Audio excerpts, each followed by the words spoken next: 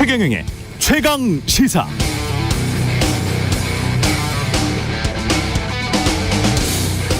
네, 헌법재판소가 이상민 행안부 장관에 대한 국회의 탄핵 심판 청구를 기각했습니다. 최적의 판단과 대응을 하지 못했더라도 헌법상 의무를 중대하게 위반했다고 보기는 어렵다, 이렇게 밝혔습니다. 이상민 장관은 입장문을 통해서 유가족께 깊은 애도와 위로의 말씀을 드린다, 국민 여러분께 심려를 끼쳐드려 송구스럽다면서 마지막으로 지난 6개월간 행안부에 대한 지지와 격려를 보내주신 국민 여러분께 감사의 말씀을 드린다고도 했습니다.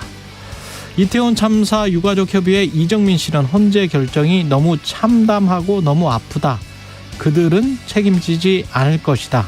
실무자들만 모든 책임을 지고 군림하고 명령하는 자들은 절대 책임지지 않고 권력을 유지할 것이라고 말했습니다.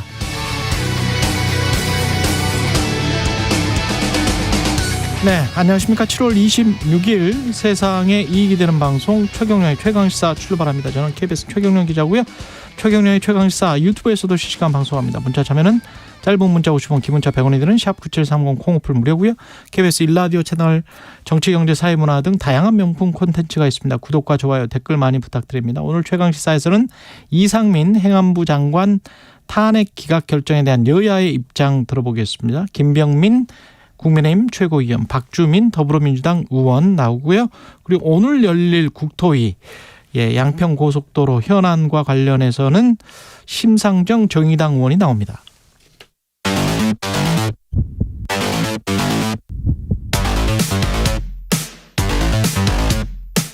오늘 아침 가장 뜨거운 뉴스 언박싱.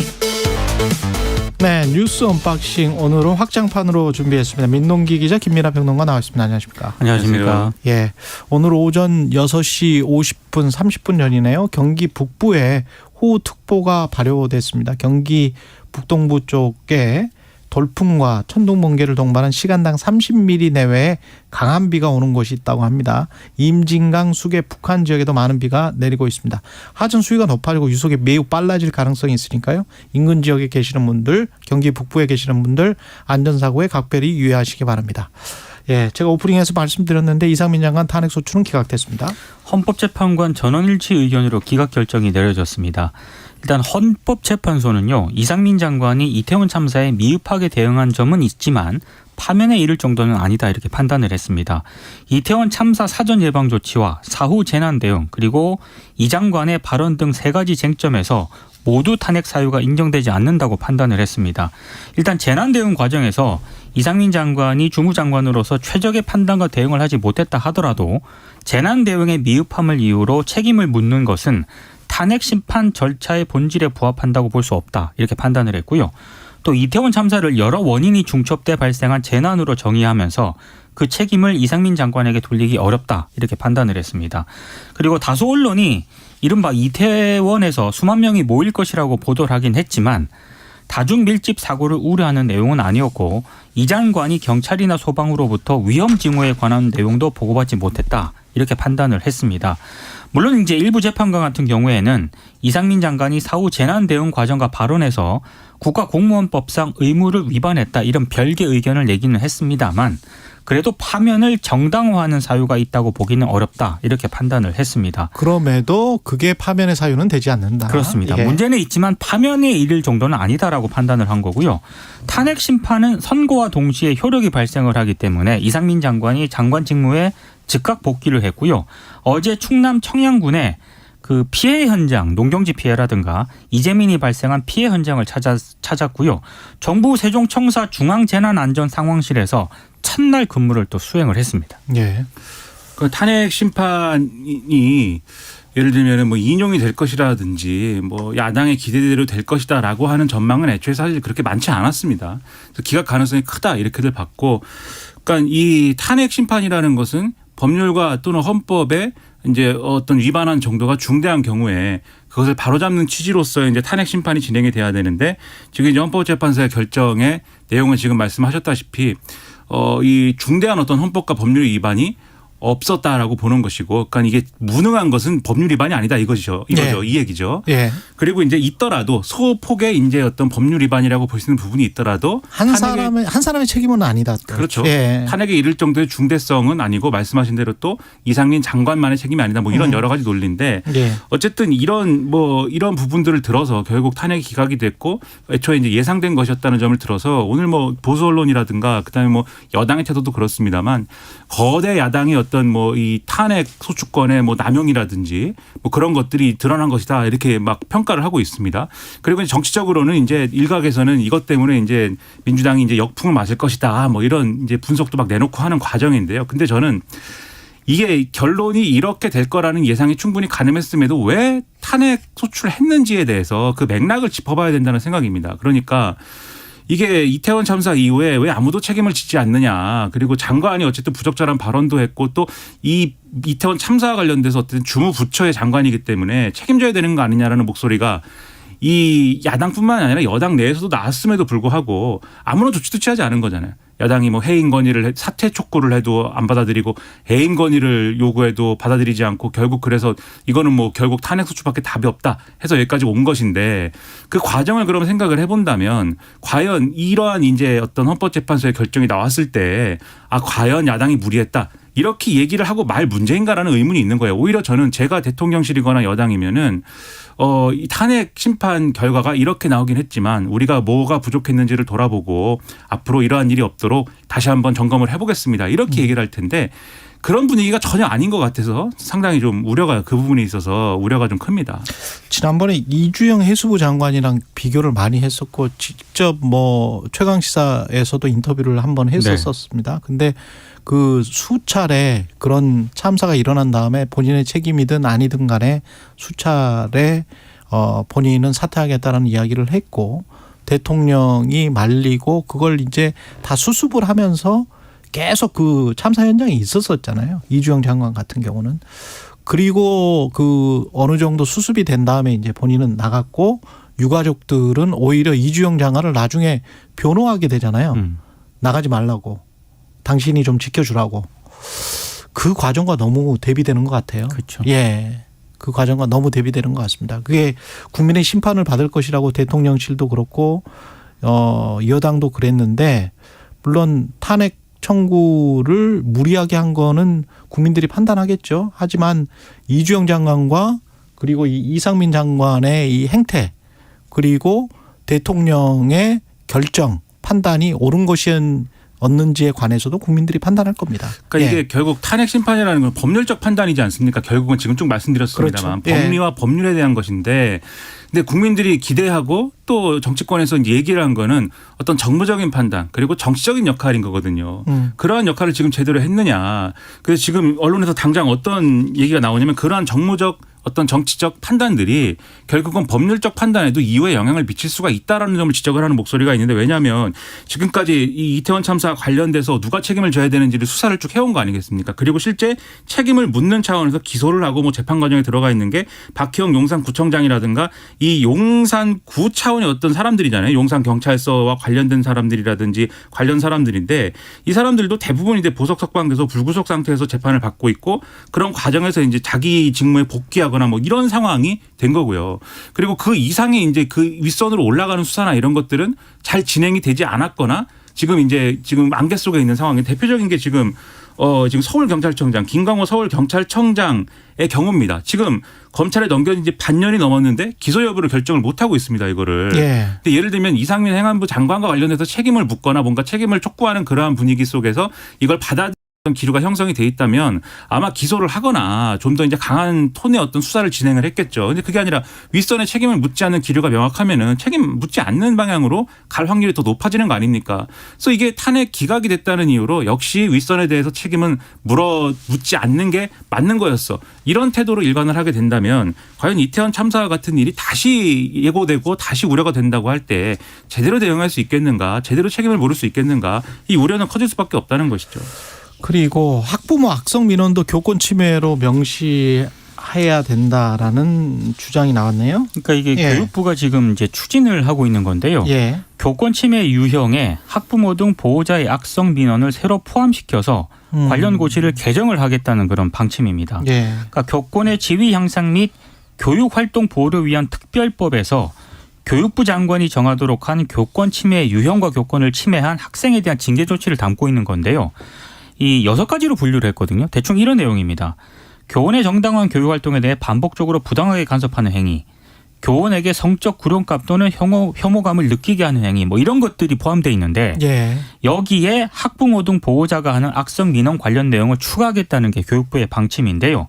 만약에 이게 이제 교권 침해 유형으로 추가가 되면 앞으로 이제 교권 침해 가해자가 될 학부모는 급격히 늘어날 수밖에 없는 것으로 일단 예상이 되고 있고요. 그렇겠습니다. 그렇게 되면은 또 아니면 좀 조심해서 좀 줄어들든지. 조심을 하든가 아니면 늘어나든가 이제 예. 그렇게 되는데 교육부가 또 교권 침해 가해 학부모를 처벌하는 제도도 지금 검토를 하고 있거든요. 예. 이렇게 되면은 만약에 고시가 이런 쪽으로 개정이 되면 악성 민원을 한 학부모도 이제 처벌이 될 수 있다는 그런 얘기가 나오고 있는 그런 상황인데 교육부가 또 이 외에도요. 학부모가 교사에게 전화, 방문, SNS를 할 때 가이드라인을 만들어서 교사가 아닌 별도의 담당자를 정해서 민원을 전달하는 그런 방안도 지금 마련하겠다는 방침입니다. 지금 이 초등교사 노조 등에서 밝힌 이런 피해 사례 이런 것들을 보면은 예를 들면 뭐 지금 이제 정부에서 추진하는 학생인권 조례나 이런 것들에 의한 피해보다는 학부모가 정말 상상 이상의 상식을 대단히 벗어난 그러한 주장, 그다음에 무슨 뭐 심지어는 협박 이런 것들을 해서 받는 피해가 너무나도 심대합니다. 뭐 결혼하지 말라는 뭐 그런 예? 사례도 접수가 됐다라고 합니다. 왜요? 그러니까 우리 애를 제대로 당신이 봐줘야 되니. 졸업할 때까지는. 그렇죠. 우리 애를 가르치는 동안에는 뭐 결혼을 하지 말라든가. 우리 애를 봐주는 거는 부모의 역할이지. 그렇죠. 그렇죠. 1차적인 책임은 부모한테 있죠. 네, 그렇죠. 예. 뭐 온갖 것을 가지고 예. 이 교사를 특히 이제 젊고 그다음에 여성인 경우에 오히려 이제 젊은 남성인 경우에는 그래도 젊은 남성 선생님이 저 정도 해주면 우리 애를 잘 봐주고 있어 이렇게 생각하는 학부모들이 많은데 예. 이건 이제 그러니까 이 교사 노조 등의 주장입니다. 예. 젊은 여성의 경우에는 그만큼 또 당신이 우리 애를 봐줘야 돼 이런 것들 잘 봐줘야 되는데 이게 이렇게 하면 안 돼라는 식의 그렇게 하면 아이들 교육에 좋지 않아. 당신이 애를 안 낳아서 모르는 거야. 이런 식의 지적이 이 교사들에게는 그야말로 실질적인 압박이고 실질적인 어떤 어려움으로 다가올 수밖에 없다. 이걸 호소를 하고 있습니다. 그리고 이런 것들에 대해서 예를 들면은 학교장이라든가 사실은 이제 학교 차원에서 이 교사를 보호하는 그런 것들이 작동해야 되지 않습니까? 근데 그런 것도 없고 다 결국 일선 교사들한테 다 책임 떠넘기고 다 이 사람들이 다 감당하지 않으면 안 되는 시스템화돼 있기 때문에 그것이 문제라고 하고 있어서 사실 교육부가 뭐 학생인권 조례 이런 얘기를 할 때가 아니라 지금 얘기하는 것처럼 학부모들이 이러한 이제 악성 민원인으로 돌변해 가지고 이러한 일을 하지 못하도록 하는 그런 것들에 더 힘을 써야 되는 때가 네. 맞는 거죠. 다만 이런 의론이 있습니다. 이게 어쨌든 법적으로 맞고 제도적으로 그렇죠. 맞게 되면 예. 요 구멍을 또 찾는 그럼. 사람들이 있죠. 그렇죠. 특히 그리고 지금 이제 그것 때문에 또 왜곡될 수가 있어요. 그렇습니다. 예. 그런 것들까지 포함해 가지고 예. 좀 이 잘 작동할 수 있는 그러한 것들을 만들어야 되는 것에 더해서 우리의 이 지금 학교 현장과 교사에 대한 인식 자체도 크게 바뀌지 않으면 안 되는 때고 우리 아이를 교육을 하고 보육을 해야 되는 최종적인 책임은 결국 학부모에게 있는 것이고 또 그 학부모가 그러한 책임이 버겁다고 할 경우에는 국가가 어떻게 이것을 지원하고 보완해 줄 것인지에 대한 논의까지도 연결해서 사고하지 않으면 이 문제 쉽게 해결하기 어려운 거여서 그런 부분에 있어서의 노력을 최대한의 노력을 경주해야 된다. 그런 얘기인 거죠. 서로를 존중하고 존경하는 그런 마음 문화가 좀 이게 원칙적인 이야기입니다만은 제 아이가 지금 뭐 이미 이제 취업을 해 있는 상황인데 여의도에 있는 어떤 그 초등학교에 다녔었어요. 근데 그 선생님이 늘 학생들에게 너희는 세계 넘버원이다. 1등이다. 항상 자신감을 가져라 이런 이야기를 구호를 외쳤는데 그게 굉장히 큰 힘이 됐나 봐요. 서로 간에. 그래서 그 반 아이들 아직도 만나더라고요. 그리고 그 선생님도 찾아가고. 근데 기본적으로 우리가 생각하는 학교 교육의 모습은 그런 거잖아요. 그 인성과 관련된 것들이잖아요. 그래서 아이들에게 자신감을 키워주고 그리고 그렇게 성실하게 노력하는 선생님들이 또 현장에 굉장히 많거든요. 그러면 학부모들도 그런 선생님들을 좀 북돋워 주셨으면 좋겠어요. 그 우리 아이만 잘 살펴달라 그러는 게 아니고 그래서 좀 같이 사는 그런 방향으로 좀 가는 게 가장 최고의 현명한 그 다른 방법은 없는 것 같습니다. 사실은 제도적으로 뭘 바꾸고 막 법적으로 뭘 하고 이거는 사실은 아닌 것 같아요. 아닌 것 같습니다. 저는. 제가 예. 뭐 한마디만 덧붙이면은 이게 특히 이제 그 고소득층, 고위층에 대한 어떤 그런 반발들이 있는데 예. 그런 맥락들이 있는 것 같아요. 그러니까 이 소득 수준이 높고 또 교육 수준이 높은 학부모의 경우에는 자기 자식에 대해서 굉장히 자신들이 만든 어떤 명품이라고 생각을 하는 것 같아요. 그리고 학교는 교사는 그 명품을 일종의 위탁 관리하고 있는 이제 하청 비슷한 개념이 아닌가 이런 생각이 좀 그 피해 사례들을 보면서 예. 들었습니다. 그래서 왜 너희들은 나의 이 아이의 어떤 그런 훌륭한 점을 왜 보지 않고 오히려 훼손하고 남들과 똑같이 다루면서 그렇게 제대로 된 역할을 하지 못하고 있느냐 막 꾸짖고 갑질하는 거거든요. 이게. 집에서 자주 해주시면 돼요. 집에서 해주는 게 집교육이 가장 중요합니다. 그렇죠. 말씀하신 것처럼 학교 현장이라는 건 그런 역할을 하는 데가 아니기 때문에 그 인식을 바꾸기를 바랍니다. 학교에서는 또 사회 교육도 같이 시키는 거니까요. 예, 집단에서 같이 어떻게 행동할 것인가, 예, 그런 것도 다 조화롭게 사는 방법도 배우는 것이니까요. 자기 위주로만 가면 안 되겠죠. 지금 서울 지하철 1호선 운행 지연 중이다 이런 지금 속보가 나오고 있습니다. 지하철 1호선 운행 지연 중입니다.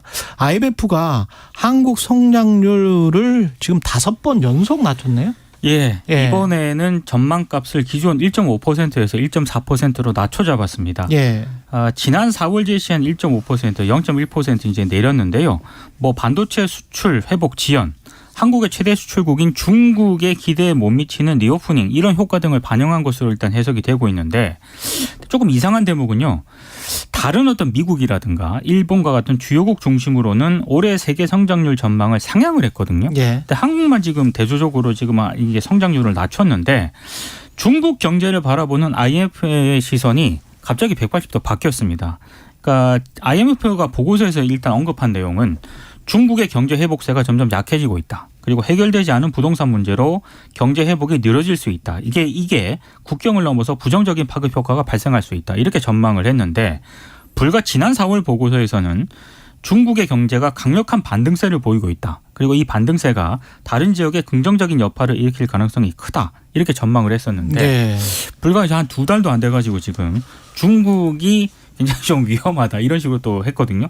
콕 집어서 또 한국만 0.1%로 낮춰 잡았기 때문에 여러 가지로 좀 걱정이 되고 있습니다. 그러니까 뭐 IMF의 구체적인 어떤 판단 근거나 이런 것들을 좀 세부적으로 들여다봐야겠습니다만 그런데 지금 중국이 성장률이 떨어지니까 거기에 의존하는 독일이나 한국이 조금 좀 성장률이 낮아지는 그런 상황인 것 같아요. 그렇죠. 그러니까는 중국의 리오프닝 효과라는 게 별로 크지 않을 것이다라는 전망은 이전에도 많이 있었습니다. 그렇죠. 그럼에도 어쨌든 그런 전망이 이제 공식화되는 과정으로 보이고요. 그리고 말씀하신 것처럼 중국 의존도도 의존도인데 만약에 한국 정부가 특정 정부가 이런 IMF의 평가 과정에서 이러한 악재가 있지만 예를 들면 중국의 리오프닝 효과가 미흡하고 그다음에 반도체나 이런 것들이 어떤 좀 뭐랄까요 좀 경기 회복이라든가 이런 것들이 기대대로 안 될 수도 있고 뭐 되고 있다고 합니다만은 어쨌든 그런 것들을 고려했을 때 그럼에도 불구하고 이 한국 정부가 이러저러한 뭐 태도를 취하고 있고 어떤 정책을 갖고 있기 때문에 이런 거를 고려하면은 아마 이제 뭐 보완이 될 것이다라든지 방어가 될 것이라든지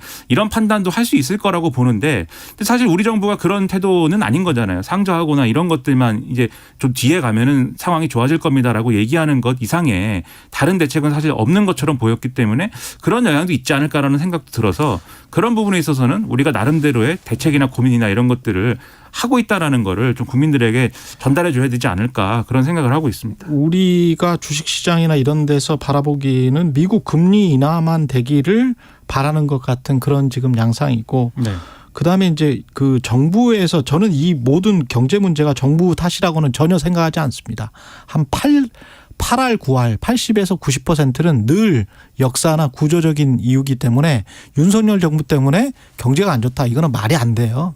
처음부터 말이 안 되고 인과관계로 그걸 설명을 하면 안 됩니다. 문재인 정부 때문에 경제가 안 좋다 또는 경제가 좋다. 이것도 말이 안 됩니다. 꼭 그렇게 그거는 정말 말도 안 되는 해석이고요. 구조나 역사가 가장 큰데 윤석열 정부가 조금 아쉬운 거는 중국과 적극적으로 경제 외교는 좀 많이 좀 뚫어봤으면 좋겠어요. 거기에 분명히 일종의 아직까지 돌파구가 있고 거기에 남긴 게 아직 많기 때문에 아무리 동남아시아로 우리가 신남방 진출을 한다고 하더라도 아직까지 한 10년 정도는 시간이 걸릴 것 같거든요. 10년, 20년은. 그래서 그쪽을 좀 많이 뚫고 그거에 너무 이념적인 거는 넣지는 말았으면 좋겠습니다. 경제만 좀 생각했으면 좋겠고요. 2분기 성장률은 0.6% 불황형 성장이다라는 이야기가 있고 요거는 그냥 소식만 전해드리고 날씨 교통정보 듣고 오늘 언박싱이 확장판인 거를 말씀을 안 드렸네요. 예, 오늘 언박싱이 확장판입니다. 예. 예, 날씨 교통정보 듣고 다시 돌아오겠습니다. 최강시사 출근길 날씨 정보입니다. 현재 곳곳에 호우경보와 주의보 내려져 있는데요. 주로 세찬 비가 내리고 있는 곳 경기 북부나 강원 북부 쪽 지금 호우경보와 주의보 지역이고요. 그밖에 전남 보성군에도 또 순천시에도 경남 남해군에도 호우특보가 발효 중입니다. 이들 지역은 소나기가 지나고 있는데요. 이렇게 일부 북한으로 북상한 정체전선의 영향으로 경기 북부나 강원 북부에 그리고 또 전남과 경남 남해안에는 세찬 소나기로 호우특보 발효 중이라 주의를 하셔야 되겠습니다. 예상되는 강우량 우선 오늘 오전까지 경기 북부와 강원 북부 등 일부 수도권과 그밖에 강원 지역으로 10에서 60mm 또 전국적으로 오늘 소나기 예보까지 있어서 저녁까지 소나기가 이렇게 지금 남해안처럼 강하게 내릴 수 있는데요. 5에서 최고 80mm 이상까지 예보가 되어 있습니다. 금요일까지 대부분 소나기가 자주 예보되어 있습니다. 토요일은 다시 중부와 전북에 비 예보도 있고요. 오늘도 곳곳에 최고 체감온도 33도 이상 올라서 무더운 날씨 예보되어 있고요. 폭염특보 내려진 것답게 오늘 서울 세종 30도 강릉 대구 33도 등으로 전국이 아주 무덥겠고요. 열대야도 곳곳에 이어지겠습니다. 지금 서울 기온 25.5도입니다. 최강시사 출근길 날씨 정보 최영우였습니다. 계속해서 이 시각 교통 상황입니다. KBS 교통정보센터의 임초희 씨가 정리드립니다. 네, 이 시각 교통정보입니다. 올림픽대로 잠실 쪽 행주대교에서 성산대교 사이 정체고요.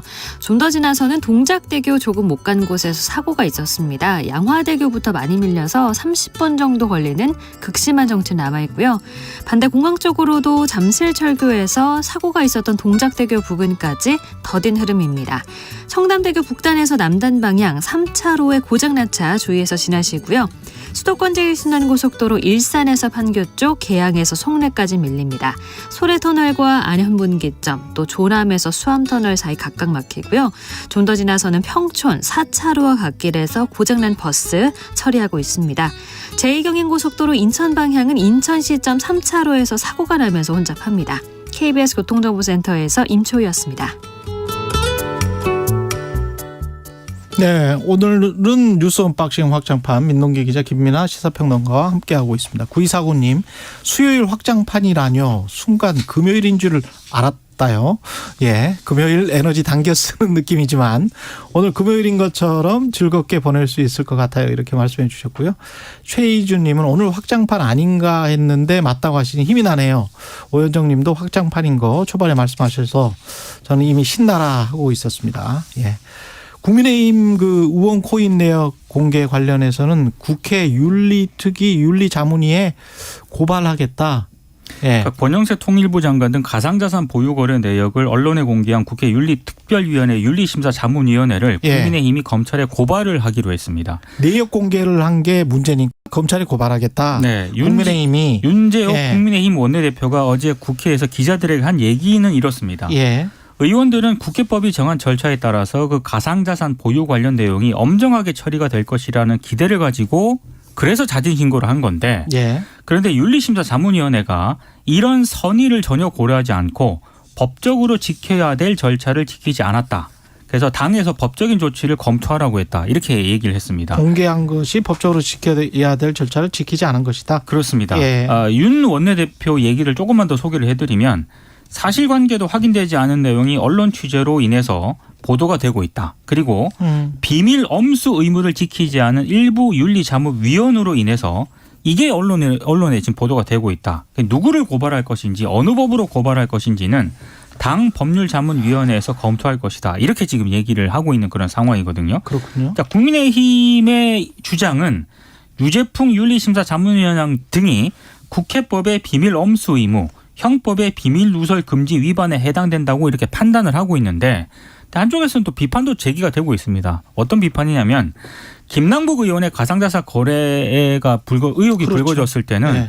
상당히 좀 맹공을 퍼부었거든요. 철저히 다 공개하라고 했죠. 네. 그런데 예. 국민의힘이 소속 의원의 같은 문제는 비밀 누설이라고 얘기를 하면서 예. 이렇게 또 뭐 이렇게 뭐 윤리심사 자문위원회를 공격하는 것 자체가 좀 이중잣대 아니냐 이런 비판이 나오고 네. 있습니다.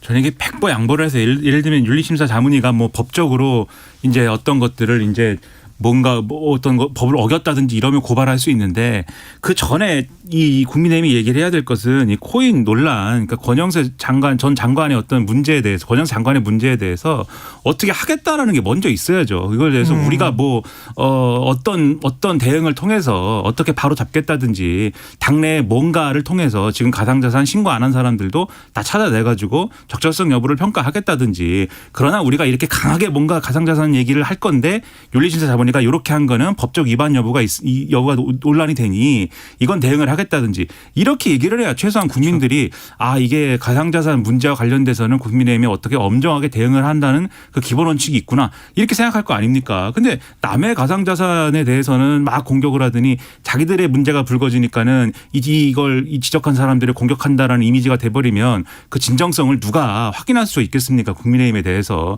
그러니까 이게 정치를 그렇게 잘 아신다는 분들이 왜 꼭 이렇게 대응을 하는지 잘 이해가 안 되고 이게 뭔가 싶습니다. 예. 그리고 쌍방울 대북 성공 관련해서는 이화영 전 부지사에 대한 재판이 있었는데 이 부지사의 아내가 법정에서 그 이견을 공개적으로 노출했습니다. 이게 참 이상한 풍경이 어제 예. 펼쳐졌습니다. 이게 뭐예요? 그러니까 변호인 해임 문제를 놓고요. 예. 이화영 전 부지사하고 아내가 서로 다른 의견을 지금 법정에서 노출을 한 건데 어제 이제 배우자가 소송 대리인 해임 신고를 제출했거든요. 예. 근데 재판부가 이거와 관련한 이화영 전 부지사 의견을 물었습니다. 그러니까 이화영 전 부지사는 이렇게 대답을 합니다. 수감 중이어서 법정에 오기까지 그런 얘기를 못 들었다.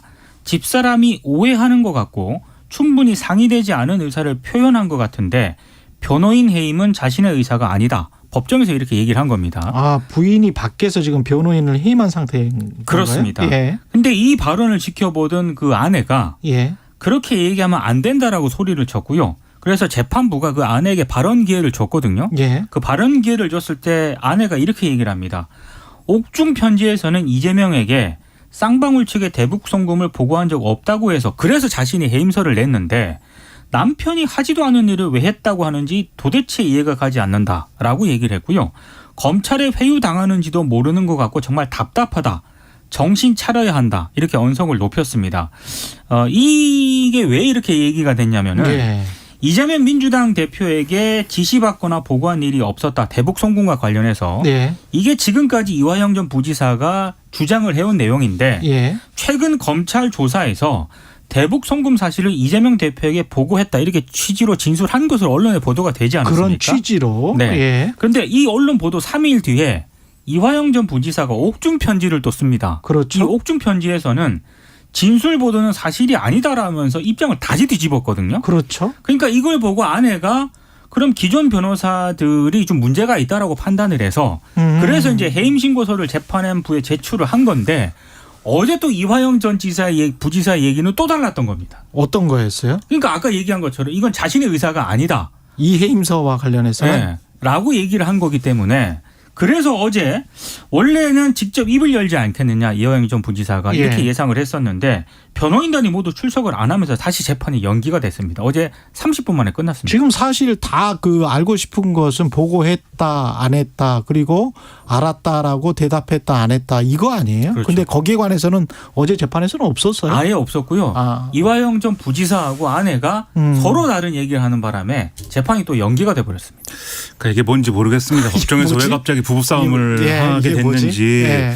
네, 이런 맥락은 있는 거예요. 그러니까 이화영 부지사 진술이 바뀌었다라는 보도가 나오고 나서 예. 많은 분석들이 있었습니다. 왜 그러는 거냐. 그렇죠. 그러니까 이화영 전 부지사가 이대로 가면은 자기가 이제 과도한 형량을 받고 소위 속되게 말하면 뒤집어 쓸 것 같아서 그래서 이제 태도를 바꿔서 국민의힘 측에서 볼 때는 이제 진실을 말하기 시작했다 이런 것이고 민주당 측에서 볼 때는 검찰의 회의에 넘어갔다 이제 이런 건데 근데 이 이화영 전 부지사가 어쨌든 스스로 진술을 바꿨다라고 그러면은 이게 결국은 진실을 말하게 됐다라고 하는 어떤 이런 뭐랄까요 시각이 훨씬 더 우세할 수밖에 없는 거예요. 근데 바로 그 다음에 어떤 상황이 있었냐면 이화영 전 부지사 이제 이 배우자가 탄원서를 써서 민주당 측에 이제 주장을 한 거 아니겠습니까? 지금 검찰에 의해서 고립돼 있고 이런 회유를 받고 있고 이대로 가면은 큰일 난다. 이거 도와줘야 된다.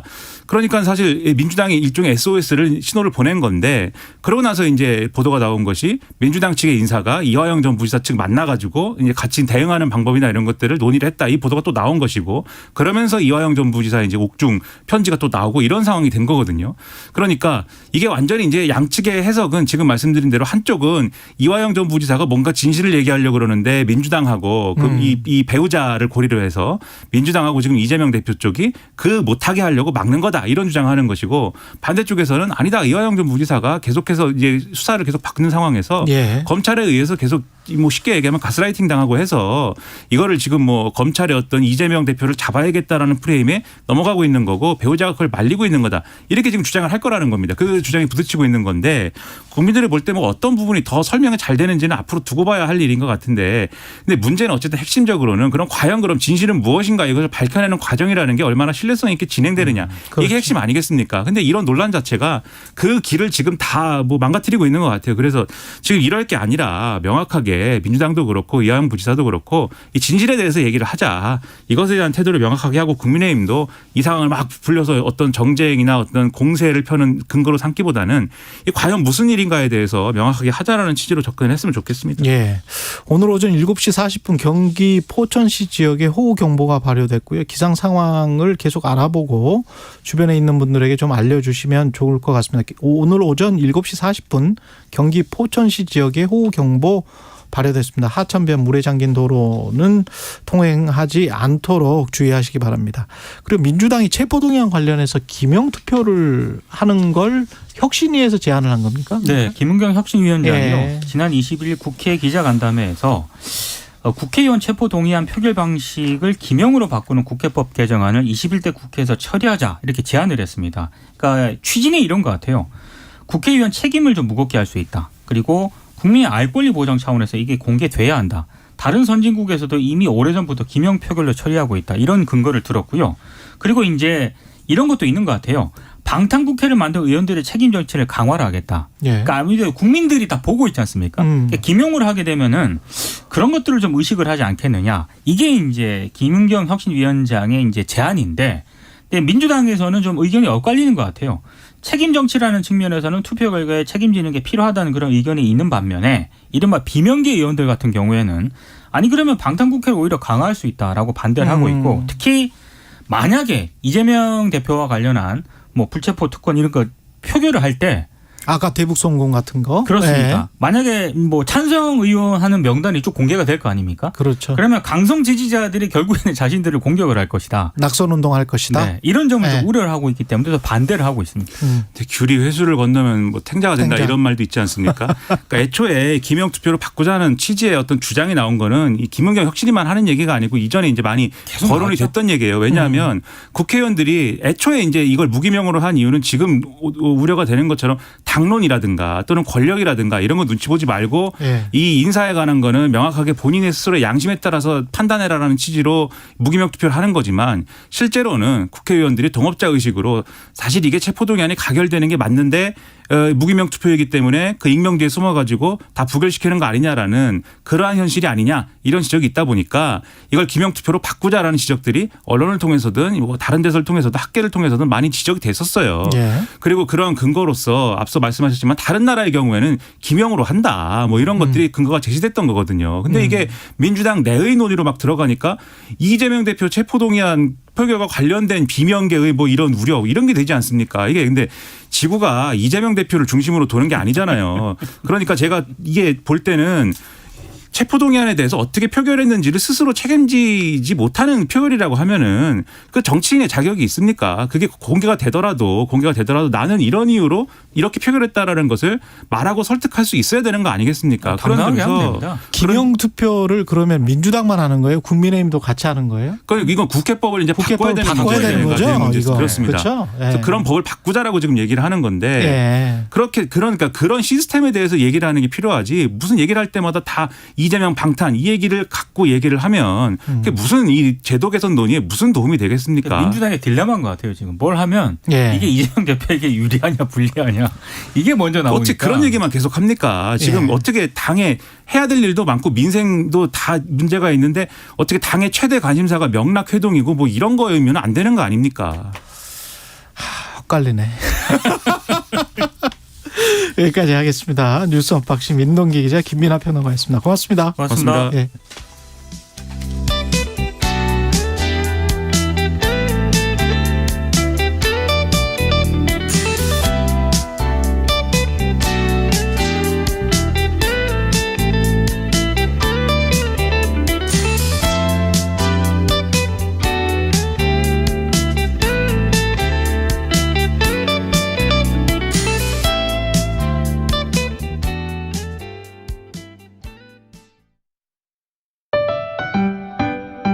(2023) KBS 1라디오 연중기획 낮은 목소리 당신의 목소리를 들려주세요.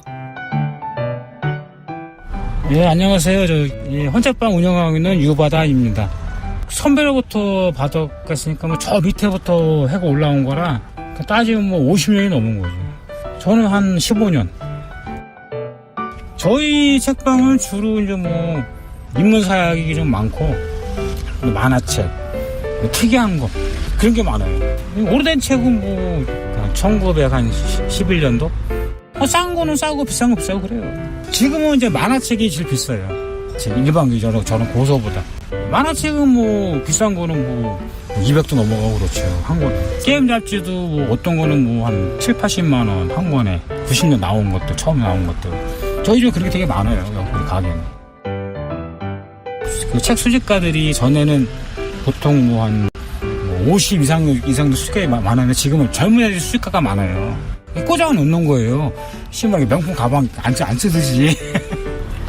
그렇게 지금 문화가 흘러가고 있어요. 손님이 와서 자기가 원하는 책이 있으면 좋은 것이고 더 중요한 거는 뭐 예를 들어서 좀 깍지지 말자 그거죠. 싸게 파는데도 또 깎아달라고 그러니까 좀 그렇죠. 예, 헌책방도 많이 좀 찾아주세요. 서로를 좀 더 이해하고 갈등을 줄여갈 수 있길 희망합니다. KBS 1라디오 연중기획 낮은 목소리였습니다.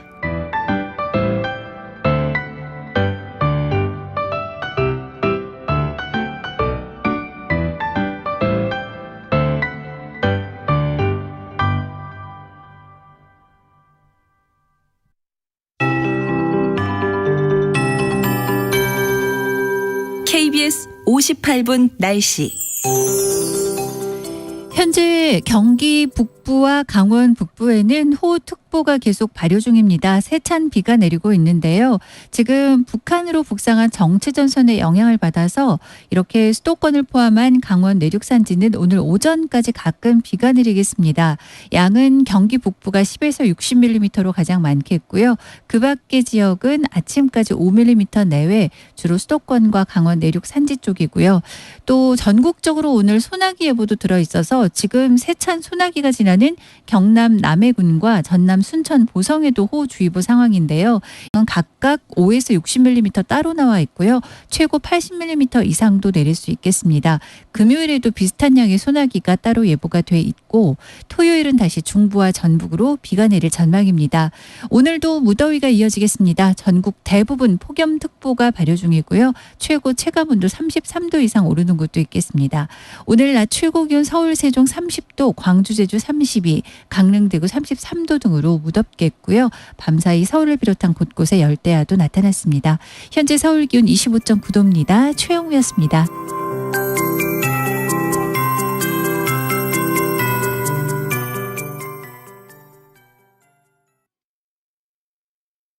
정성을 다하는 국민의 방송 KBS가 8시를 알려드립니다.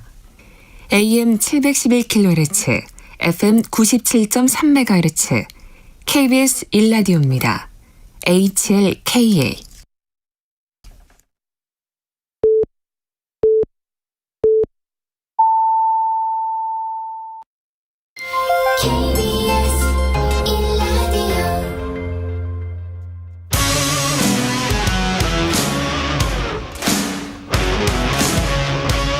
오늘 하루 이슈의 중심 최경영의 최강 시사.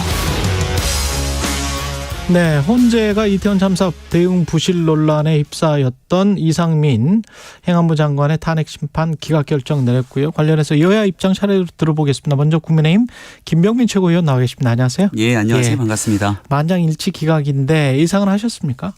애당초부터 예고된 수순이었다라고 하는 평가들이 많았죠. 장관의 탄핵은 헌법과 법률을 위반한 중대한 내용들이 좀 있어야 될 텐데요. 예. 그러니까 공직자를 파면하는 결정 아닙니까? 예. 그래서 이상민 장관의 이제 발언이라든지 그 당시에 있었던 여러 논란들을 차치하고 과연 어떤 법률과 헌법을 위반했는지에 대한 내용들이 명확치 않기 때문에 애당초 탄핵은 무리였다라는 얘기들이 많았습니다. 예. 그럼에도 불구하고 169석 의석이 갖고 있는 힘을 바탕으로 탄핵을 무리하게 밀어붙였고 12구 참사 이후부터 재난을 정치에 이용하는 민주당의 행태에 대한 이 비난들이 꽤 많았는데 여기에 대한 결정적인 내용이 이상민 장관 탄핵으로 이어졌고 결국은 윤석열 정부 이 행정 공백을 초래시켰던 매우 나쁜 결정이었다고 생각합니다. 예. 근데 그 법률적으로는 그렇다고 치더라도 정치적이나 도의적 책임을 면책까지 했다 이렇게 보기는 힘들지 않습니까? 뭐 당연히 예. 정치인 그리고 또 이 국무위원으로서 가져야 되는 여러 가지 도덕적 책무들은 분명히 존재할 겁니다. 예. 이상민 장관도 재난을 책임지는 주무부처의 이 장으로서 그 당시 있었던 무수히 많은 일들에 대한 무거운 마음가짐을 갖고 있을 것이고 거기에 국민 앞에 고개를 숙이기도 했고 또 이러한 매뉴얼에 대한 문제 또 법적으로 고쳐나가야 될 일들이 있다면 그런 일들을 숙고해서 두 번 다시 대한민국에 같은 재난이 발생하지 않도록 노력해야 될 책무가 있지 않습니까? 그래서 이번에 이 장관직에 복귀하자마자 즉각적으로 수해 현장으로 내려가서 이런 재난 대응을 위한 노력들을 다 하고 있기 때문에 이제 정쟁의 과정이 아니라 어떻게 수습하고 보완해서 더 발전시켜 나가야 될지에 대한 미래를 고민하는 시기가 지금 도래됐다고 생각합니다. 근데 뭐 이런 상상도 해봐요. 만약에 탄핵 결정이 그렇게 나올 거는 말씀하신 것처럼 이제 법률적으로는 사람들이 상당히 많이 예상을 했던 건데 그렇게 결정이 나고 난 다음에 대통령실이 가령 이상민 장관을 뭐 정치적으로는 해임시키고 다른 새로운 장관으로 해서 새롭게 출발해 보자 이렇게 하면 훨씬 더 유족들의 마음도 좀 사로잡고 국민들의 마음도 사로잡을 수 있는 묘안이지 않을까 그런 이야기를 사실은 했었잖아요. 정치권에서 그 전에. 일부 예. 정치권에서 나왔던 이야기일지 모르겠습니다만은 탄핵이 결정되고 난 다음에 꽤 오랜 시간 수개월 동안의 공백들이 있지 않았습니까? 근데 그 공백의 기간을 결국은 견뎌낼 수밖에 없는 무한한 책임들이 또 가져갈 수밖에 없게 되는데 이런 일들을 초래시켰던 일들은 결국 민주당으로부터 나타났던 일이겠죠. 그러니까 이상민 장관이 이 그동안 12구 참사를 비롯해서 느꼈을 또 경험했을 일들이 있습니다만 결과적으로 이 장관이 탄핵될 정도의 상황은 아니었기 때문에 그러한 내용들을 받아들여서 더 앞으로 있는 재난 상황들을 이겨내기 위한 노력들을 해나가겠다는 것 이제 윤석열 정부가 갖고 있는 일들이고요. 이게 너무 과도할 정도의 정쟁으로 끌고 갔던 일들에 대한 것들을 단순하게 이상민 장관 하나에 대한 모든 문제로 가져가기는 어렵다. 그리고 마지막 헌재의 판단에서도 지금 12구 참사가 나타났던 많은 책임들이 있을 건데 이걸 행정안전부 장관 하나의 책임으로 가져가기 어렵다는 것이 헌재의 판단이었다는 점도 민주당과 또 이상민 장관에 대한 많은 정치 공세를 하시는 분들 입장에서 좀 돌아볼 필요도 있다고 말씀드립니다. 이태원 참사 이 사건 수사 재판이 이제 진행 중이잖아요. 예. 이게 지금 헌재 결정이 영향을 미칠까요? 저는 그렇지는 않을 거라고 생각합니다. 그건 아니다. 그러니까 일각에서는 뭐 민주당도 그렇고 왜 아무도 책임지는 사람이 없냐 이런 말씀을 하십니다. 그런데 이 재난안전법에 따르면 사실 재난이 발생했을 때 가장 큰 책임 소재는 그 지역의 안전을 총괄하게 되는 기초자치단체장에게 또 많은 의무가 부과됩니다. 용산구청장 같은 경우는 구속까지 됐었고 또 기소가 돼서 이제 재판에 다투게 되지 않습니까? 당시에 용산경찰서장도 마찬가지로 구속돼서 기소가 됐고요. 이제 재판 결과를 통해서 법상으로 잘못된 사람들에 대한 책임 여부를 반드시 따져 물을 수밖에 없을 겁니다. 그래서 이런 일들을 지금 뭐 아무도 책임지지 않는다라는 방식으로 접근할 것은 저는 아니라고도 생각합니다. 그리고 대통령실에서 목적이 안 맞는 탄핵, 아까 비슷한 말씀이시죠. 준엄한 심판을 받을 것이다. 야당이 그런 이야기를 했고, 그런데 윤석열 대통령 장모 최은순 씨 법적 구속에 대해서는 아무런 말이 없고, 당시에 뭐 대통령실 관계자가 사법적 판결에 관해서는 이야기할 게 없다, 이런 이야기를 한 거거든요. 그러면은 앞뒤가 좀 다른 것 같기도 하고. 저는 두 가지가 분명히 다르다고 생각합니다. 일단은 이상민 장관에 대한 임명권은 윤석열 대통령이 가지고 있는 것이고, 그리고 여기에 대한 야당의 무리한 이 탄핵으로 인해서 결국 국정의 공백이 초래하지 않았습니까? 그러니까 당연히 여기에 대한 헌재의 결정이 나고 난 다음 가타부타 어떤 입장을 대통령실은 당연히 내줘야겠죠. 그리고 이상민 장관에 대한 탄핵이 됐음에도 불구하고 그 장관직을 유지할 수 있도록 또 결정했던 것도 결국 대통령실이기 때문에 여기에 대한 입장들을 분명하게 낼 수밖에 없었던 상황과 그래야만 된다고 생각합니다. 근데 이제 최은순 씨의 사건 같은 경우는 2013년도에 있었던 아주 오래전의 일들인데 여기 윤석열 대통령이 최은순 씨 사건에 어떤 개입되거나 연결되어 있는 고리가 없지 않습니까? 그럼에도 불구하고 지난 대통령 선거 때부터 이 장모인 최은순 씨 이 건에 윤석열 대통령이 검사 시절부터 개입된 것처럼 숱한 문제 제기를 했던 게 야당의 정치 공세였거든요. 이 장모의 2심 재판 결과가 1심과 똑같이 유죄가 나왔는데 대법까지 가는 과정에서 다툼의 여지들이 있지 않겠습니까? 사인에 대한 판결 속에서 여기에 대한 입장들을 뭐라도 단 한마디 내게 된다면 또 그 내용을 가지고 무슨 뭐 마지막 법원의 판결에 영향을 미치는 등 여러 가지 또 다른 정치 공세가 이어질 수 있는 가능성 배제할 수가 없을 거라 생각하고, 과거 윤 대통령이 이 장모가 10원짜리 피 한 장 준 적 없다, 이런 얘기를 한 것처럼 지금도 여전히 정치 공세를 하고 있는데 그 선거 당시부터 그런 얘기를 한 적이 없다고 무수히 많이 이야기를 한 바가 있습니다. 정진석 의원이 나중에 이제 뭐 해명을 했는데 내가 잘못 얘기했다라고 정진석 의원이 말을 했다가 또 바꿨다가 뭐 이런 과정이었기 때문에 분명하게 정정을 했죠. 그리고 윤석열 대통령은 후보 시절에 그런 얘기를 한 적이 없었고요. 따라서 이 내용이 장모에 대한 재판 결과에 대해서 대통령실이 입장을 내지 않는 것을 지금 뭐 다른 여러 가지 헌재 판결이라든지 이런 일들에 대해서 입장을 낸 거랑 섞어서 왜 형평성이 맞지 않냐 이렇게 주장하는 것은 저는 사리에 맞지 않다고 생각합니다. 그것과 그것을 비교할 수도 있겠지만 그 과거에 도이치모터스 주가 조작 의혹과 관련해서 이제 뭐 무죄가 됐다. 그것도 대법 판결까지 난 것도 아니었고 그랬는데 그때는 또 대통령실에서 뭐가 나왔단 말이죠. 네. 그러니까 김건희 여사에 관한 부분들은 김건희 여사는 대통령의 배우자로서 사실상 같이 공동 이 가정을 꾸리고 있는 가족 아니겠습니까? 그러니까 여기에 대해서도 마찬가지로 무수히 많은 논란들을 부추겼던 상황들이었는데 여기에 대한 법원의 판단 결과 그 내용들이 그동안 해왔던 정치 공세가 사실이 아닌 것으로 드러난 측면들이 있지 않았습니까? 거기에 대한 입장을 분명하게 피력한 것이고 또 지금 뭐 유리한 것은 대통령실에서 입장을 내고 불리한 것은 입장을 내지 않는다 이렇게 얘기를 합니다만은 앞서 설명드렸던 것처럼 장모에 관한 건에 대해서 구태여 윤석열 대통령이 여기에 대한 입장을 내게 된다면 또 다른 정치 공세성 논란들이 커질 수 있는 상황들을 고려했을 때 저는 그 당시 입장을 내지 않는 것이 온당한 일이었다고 생각합니다. 장모님이 좀 섭섭하시겠는데. 장모님은 가족이 아니냐 뭐 이렇게 하면서. 장모에 대한 일에 윤 대통령이 연결된 일이 없는데 당시 검사 윤석열이 거기에 개입된 것처럼 거듭 얘기를 하고 있으니 사실이 아닌 일들을 가지고 정치 공세는 좀 하지 않았으면 좋겠습니다. 그리고 권영세 장관의 코인 의혹 논란 관련해서는 이거는 윤리심사 자문위가 거래 내역이나 뭐 이런 거를 공개를 했다고 이제 국민의힘이 고발을 한 거잖아요. 윤리심사 자문위에서 자문위에 누군가를 지금 누군가가 흘렸다 뭘 고발할 예정이다라고 기사를 봤는데 제가 아직 내용들을 뭐 누가 고발을 했는지 언제 할 예정인지 아직 고발한 건 아니죠. 거기까지는 확인을 못했습니다. 근데 이 권영세 장관도 사실은 김남국 의원과 관련해서 또 뭐 최강시사에서도 마찬가지였고 이게 굉장히 좀 윤리적으로 문제가 있고 예상 중이고 여러 가지 이야기를 했었지 않습니까? 투기적인 요소도 있고 그런데 이제 다른 사람이 나타났어요. 권혜수 네. 장관이나 다른 분들이 나타났는데 이분들에 관해서는 다른 잣대를 적용할 수는 없는 거 아니에요?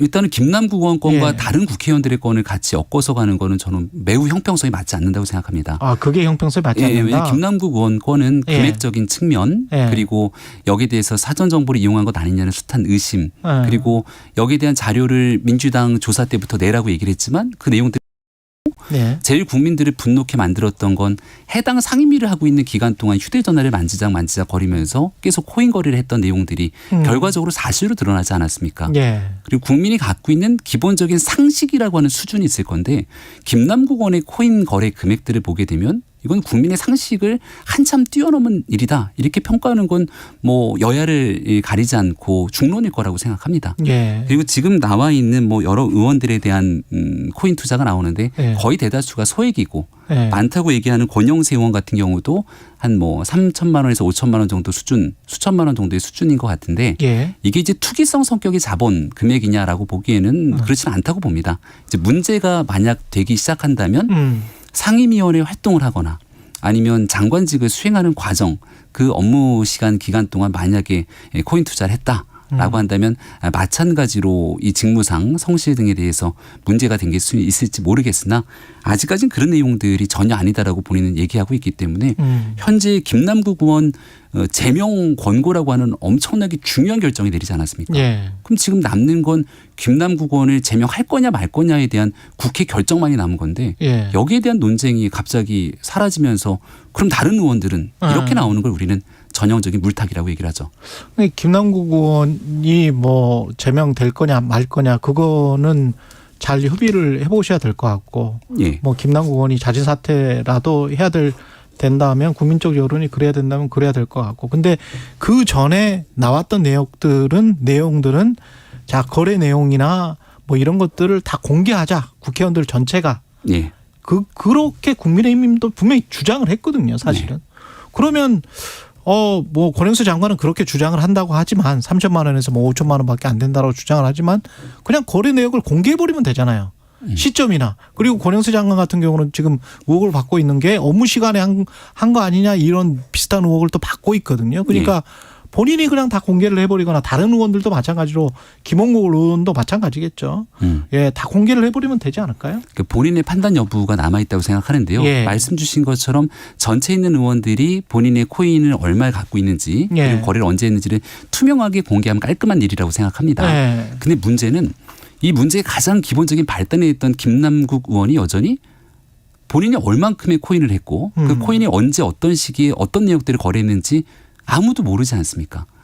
지금 의원이 국회의원직이라고 하는 그 의원직을 제명해야 된다는 심각한 제명 권고 상황까지 나올 정도라면 이 김남국 의원의 모든 문제가 정리가 돼줘야 되는데 그게 먼저다? 김남국 의원 건이 나오지도 않는 상황에서 다른 의원들에 대한 내용들을 어느 누가 나서 갖고 하나씩 공개를 하겠습니까? 선후가 있다고 생각하고요. 김남국 의원에 대한 건들이 정리가 됨과 동시에 나머지 국회의원들 코인 전수조사를 비롯해서 거기에 대한 내용들은 투명하게 공개되지 않겠나 생각합니다. 홍준표 대구시장 같은 경우는 징계가 어느 정도 수준으로 나올 것 같으세요?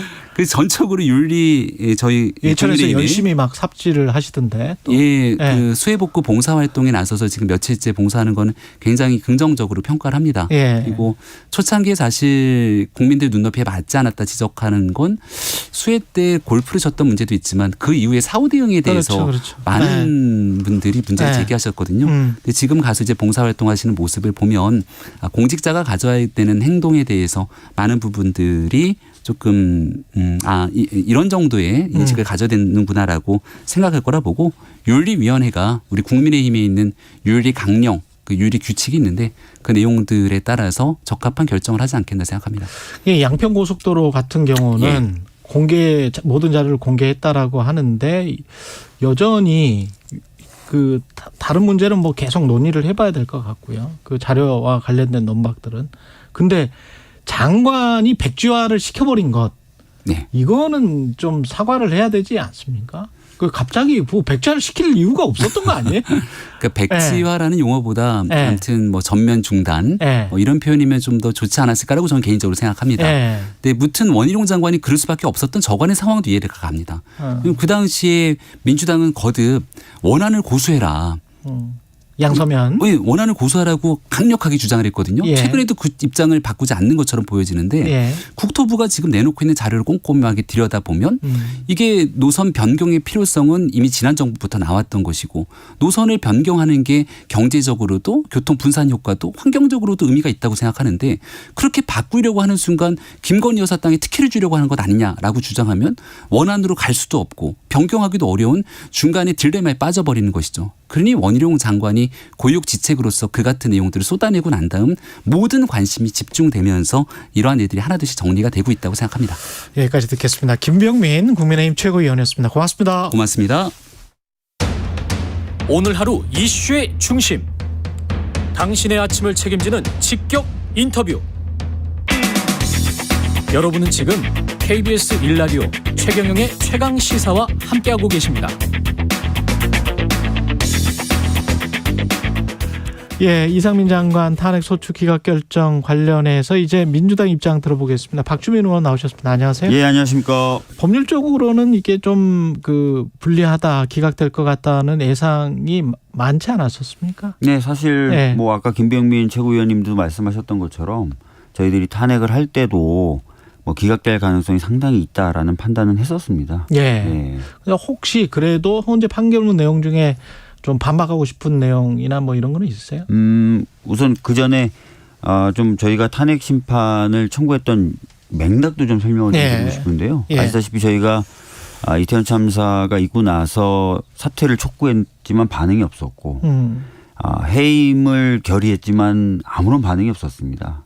그런 상황에서 진상규명이 진행되는 과정에서도 저희들은 현직 행안부 장관으로서 이상민 장관이 계속 앉아 있는 것이 장애가 될 것이라고 또 판단을 했던 부분이 있고요. 그래서 탄핵을 로 들어갈 수밖에 없었다라는 말씀 좀 드리고요. 예. 어제 이제 그 결정을 좀 보면서 저는 상당히 좀 당황했습니다. 좀 굉장히 좀 장관의 역할 또 국가의 역할을 형식적으로 판단했다는 느낌을 받았어요. 이 대표적인 게 이런 겁니다. 그러니까 이태원 참사가 있기 전에 거기에 굉장히 많은 사람들이 몰릴 것이다라는 보도가 있었고 그러면서 여러 가지 어떤 대비를 해야 된다는 보도가 있었지 않습니까? 예. 헌재는 이렇게 판단했어요. 만약에 이제 그런 참사가 일어날 것이라고 예상됐었다면 그런 참사를 막기 위한 대비책이 적극적으로 나가야 될 장관의 임무가 인정될 수도 있다. 이런 전제를 깔면서도 예. 그 당시 있었던 그런 보도들은 그런 보도가 아니었다는 거예요. 뭔가 대비를 해야 될 만한 또 대비를 해야 된다는 필요성이 있다는 그런 시그널 차원의 보도나 경고는 아니었다고 판단을 하더라고요. 예. 그럼 도대체 어느 정도의 경고나 어느 정도의 사전적인 경험이 있어야 장관의 어떤 그런 안전 대비 의무가 발생하는지 굉장히 저는 의아스럽고요. 예. 그리고 재난 당시에도 뭐 굉장히 혼란스럽지 않습니까? 많은 국민들이 목도했다시피. 예. 그런데 각 부처에서 조금씩 그래도 뭐라도 하고 있었다. 그러니까 된 거다. 이렇게 판단을 한 거예요. 예. 그러니까 재난의 컨트롤 타워로서 행안부 장관을 재난안전법이 개정되면서 규정을 했잖아요. 그 의미가 사실상 헌재에게는 아무것도 없었던 겁니다. 그래서 아까 김병민 최고위원이 무슨 장관이 탄핵됨으로써 뭐 국정공백 헌재 결정을 그렇게 존중하신다면요. 예. 그리고 그 헌재 결정을 그대로 그냥 받아들이신다면요. 행안부 장관 굳이 필요 없어요. 아까 말씀드렸던 것처럼 뭐 여기저기 혼란스럽고 막 하더라도 예. 여기저기서 조금씩 뭘 하고 있으면 장관이 뭐 있든 없든 별 의미가 없다는 거예요. 헌재 결정을 보면. 근데 무슨 장관이 탄핵됐다고 해서 국정공백이 생겨요. 예.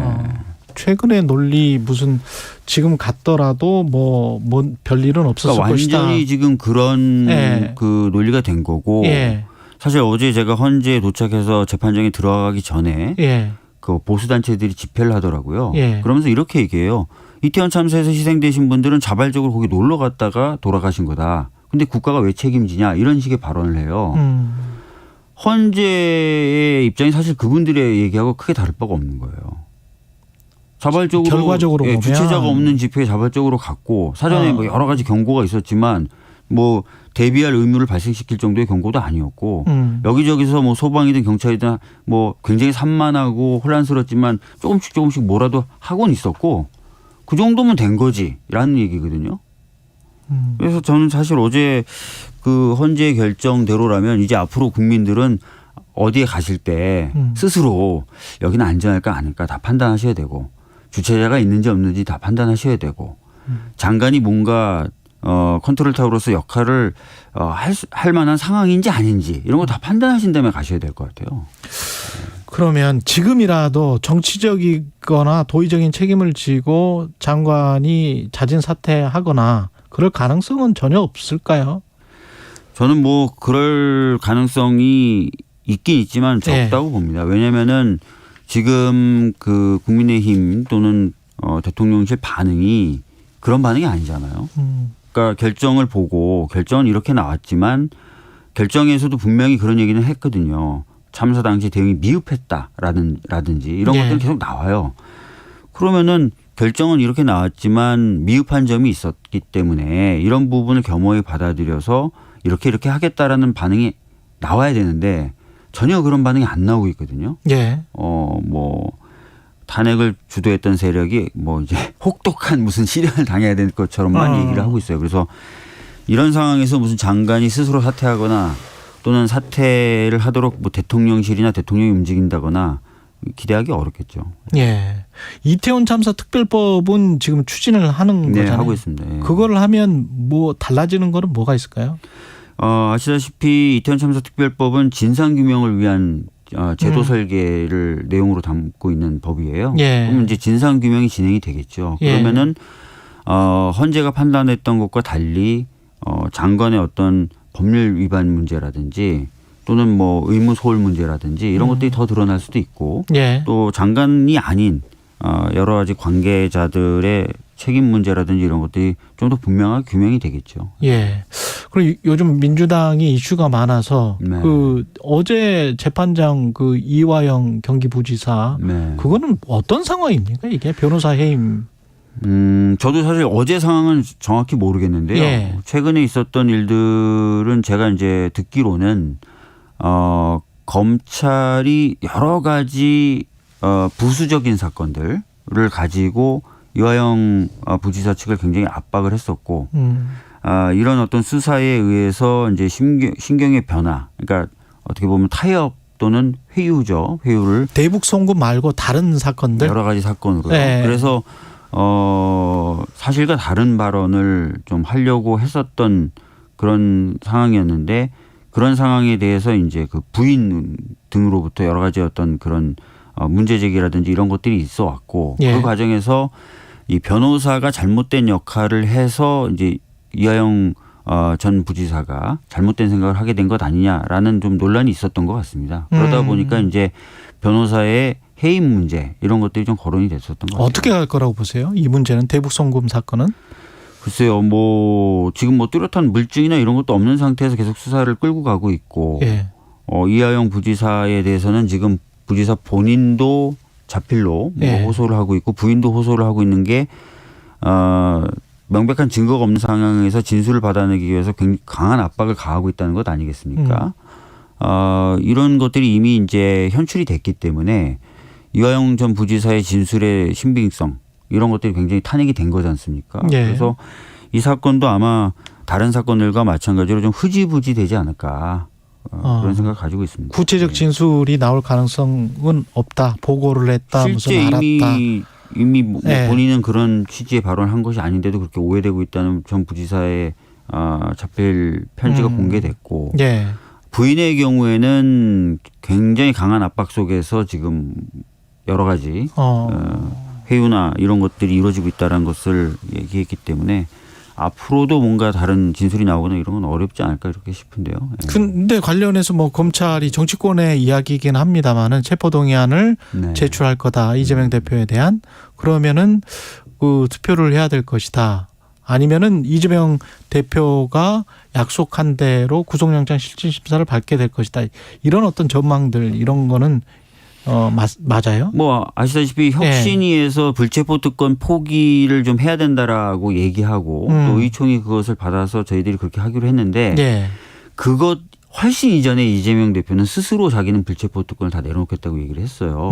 그렇기 때문에 최근에 뭐 혁신이라든지 또는 의총 결정을 둘러싼 여러 뭐 얘기들이 오가곤 있지만 그것과 상관없이 대표에 대해서는 만약에 회기 중에 영장 관련된 체포동의안이 온다면 그냥 표결 절차에 들어가더라도 대표의 뜻이 존중되겠죠.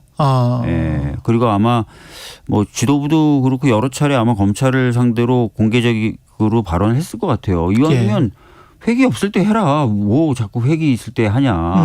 8월에 뭐 일정 정도 회기가 없는 기간도 있을 수도 있고 하니까 그럴 때 해라. 그러면 할 거면. 회기 없을 때 하면은 구속영장 실질심사를 그냥 받으면 되니까. 그런 얘기도 계속 하고 있어요. 그러면 회기 있을 때 하면 불체포 특권 기명투표를 지금 혁신위가 제안을 했잖아요. 그게 이재명 대표에도 해당이 되는 겁니까? 아니면 어떻게 되는 건가요? 이게? 뭐 이게 혁신위가 지금 안을 낸 거고 그것을 이제 의총 등을 통해서 이제 어떻게 받아들이느냐에 따라서 다른 문제가 다르겠죠. 그렇죠. 의총에서 왜 그렇게 하냐라고 한다면은 혁신위가 안을 냈지만 안 된 거고. 뭐 그렇게 하자라고 하면은 이제 혁신이 안이 받아들여진 거니까 그렇게 진행이 될 거라서 지금 뭐 이렇게 될 거다 저렇게 될 거다라고 말씀드리기는 어렵죠. 의원님은 어떻게 생각하세요? 불체포 특권뿐만이 아니고 사실은 기명투표에 관한 국민적인 요구는 있어 왔거든요. 거의 모든 정책들에 관해서 왜 무기명 투표를 하는지 이해하지 못하겠더라고요. 저도. 그러니까 사실 불체포 특권 관련돼서 뭐 포기해야 된다는 얘기도 있었고 불체포 특권이 유지되더라도 기명으로 투표해야 된다는 얘기는 계속 있었고 지금 여당인 국민의힘 쪽에서도 저희들을 공격할 때 그 얘기를 굉장히 많이 했었거든요. 그리고 당내에서 요즘에 목소리 내셨던 분들도 뭐 예전에 그런 발언 하셨던 경우도 있었던 것으로 저는 기억을 하고요. 사실 이게 이제 정치에 대해서 좀 더 책임을 지자, 불체포 특권 행사에 대해서 좀 더 책임을 지자라는 차원에서 나왔던 얘기예요. 그러니까 그런 측면에서 긍정적인 부분이 있습니다. 반면에 불체포 특권 같은 경우에 좀 행사할 때 본인의 어떤 신중한 판단 그리고 정말 자기 본심에 따른 판단이 좀 필요한 것 아니냐라고 해서 무기명으로 투표했던 이유도 있는 거거든요. 그러니까 좀 고민을 많이 해야 되겠죠. 근데 다만 아까도 앞서서 어떤 패널분이 그러시던데 모든 걸 다 이재명 대표한테 유리하냐 불리하냐를 따지면 어떤 개혁도 못해요. 그래서 그런 판단 기준에서 좀 벗어나서요. 좀 장기적으로 봤을 때 어떤 식으로 제도가 바뀌는지가 좀 판단 기준으로 좀 작용될 필요가 있다고 생각합니다. 원칙적으로는 국회의원들이 어지간한 거는 다 기명투표를 하는 게 맞지 않습니까? 기본적인 뭐 방향이죠.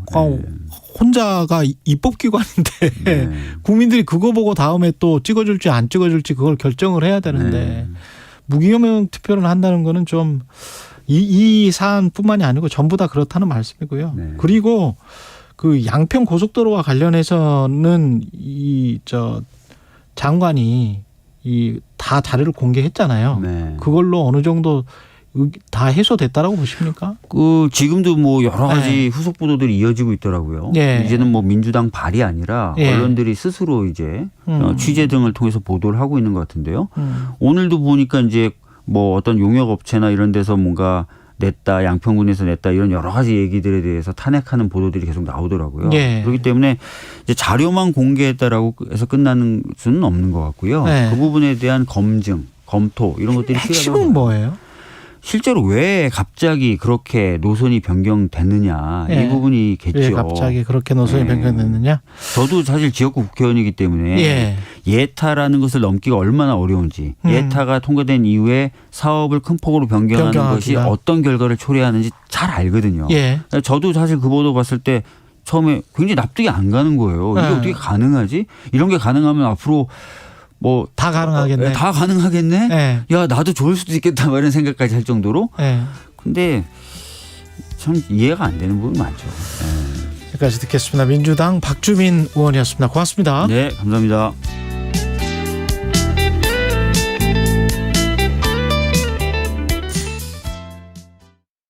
잠시 후 8시 반부터 일부 지역국에서는 해당 지역 방송을 보내드립니다. 가자. 배종찬입니다. KBS로 오는 길이 너무 행복해서 다 잊어버렸다. 시사본부가 역시 전통이죠. KBS의 역사라고 봐야 돼. 가장 공정한 방송이다. 고정해야 되지 않을까요? 고정해줘요. 배종찬의 시사본부 평일 낮 12시 20분 매일 고정입니다. 일라디오도 고정. 화이팅. 진행은 서툴지만 내용은 알찹니다. 진실의 편에서, 정의의 편에서, 약자의 편에서 뉴스를 전합니다. 주진우 라이브와 함께 더 많이, 더 오래 웃었으면 좋겠습니다. 매일 오후 5시 5분 KBS 1라디오 주진우 라이브. 지금 시각은 8시 30분입니다. KBS.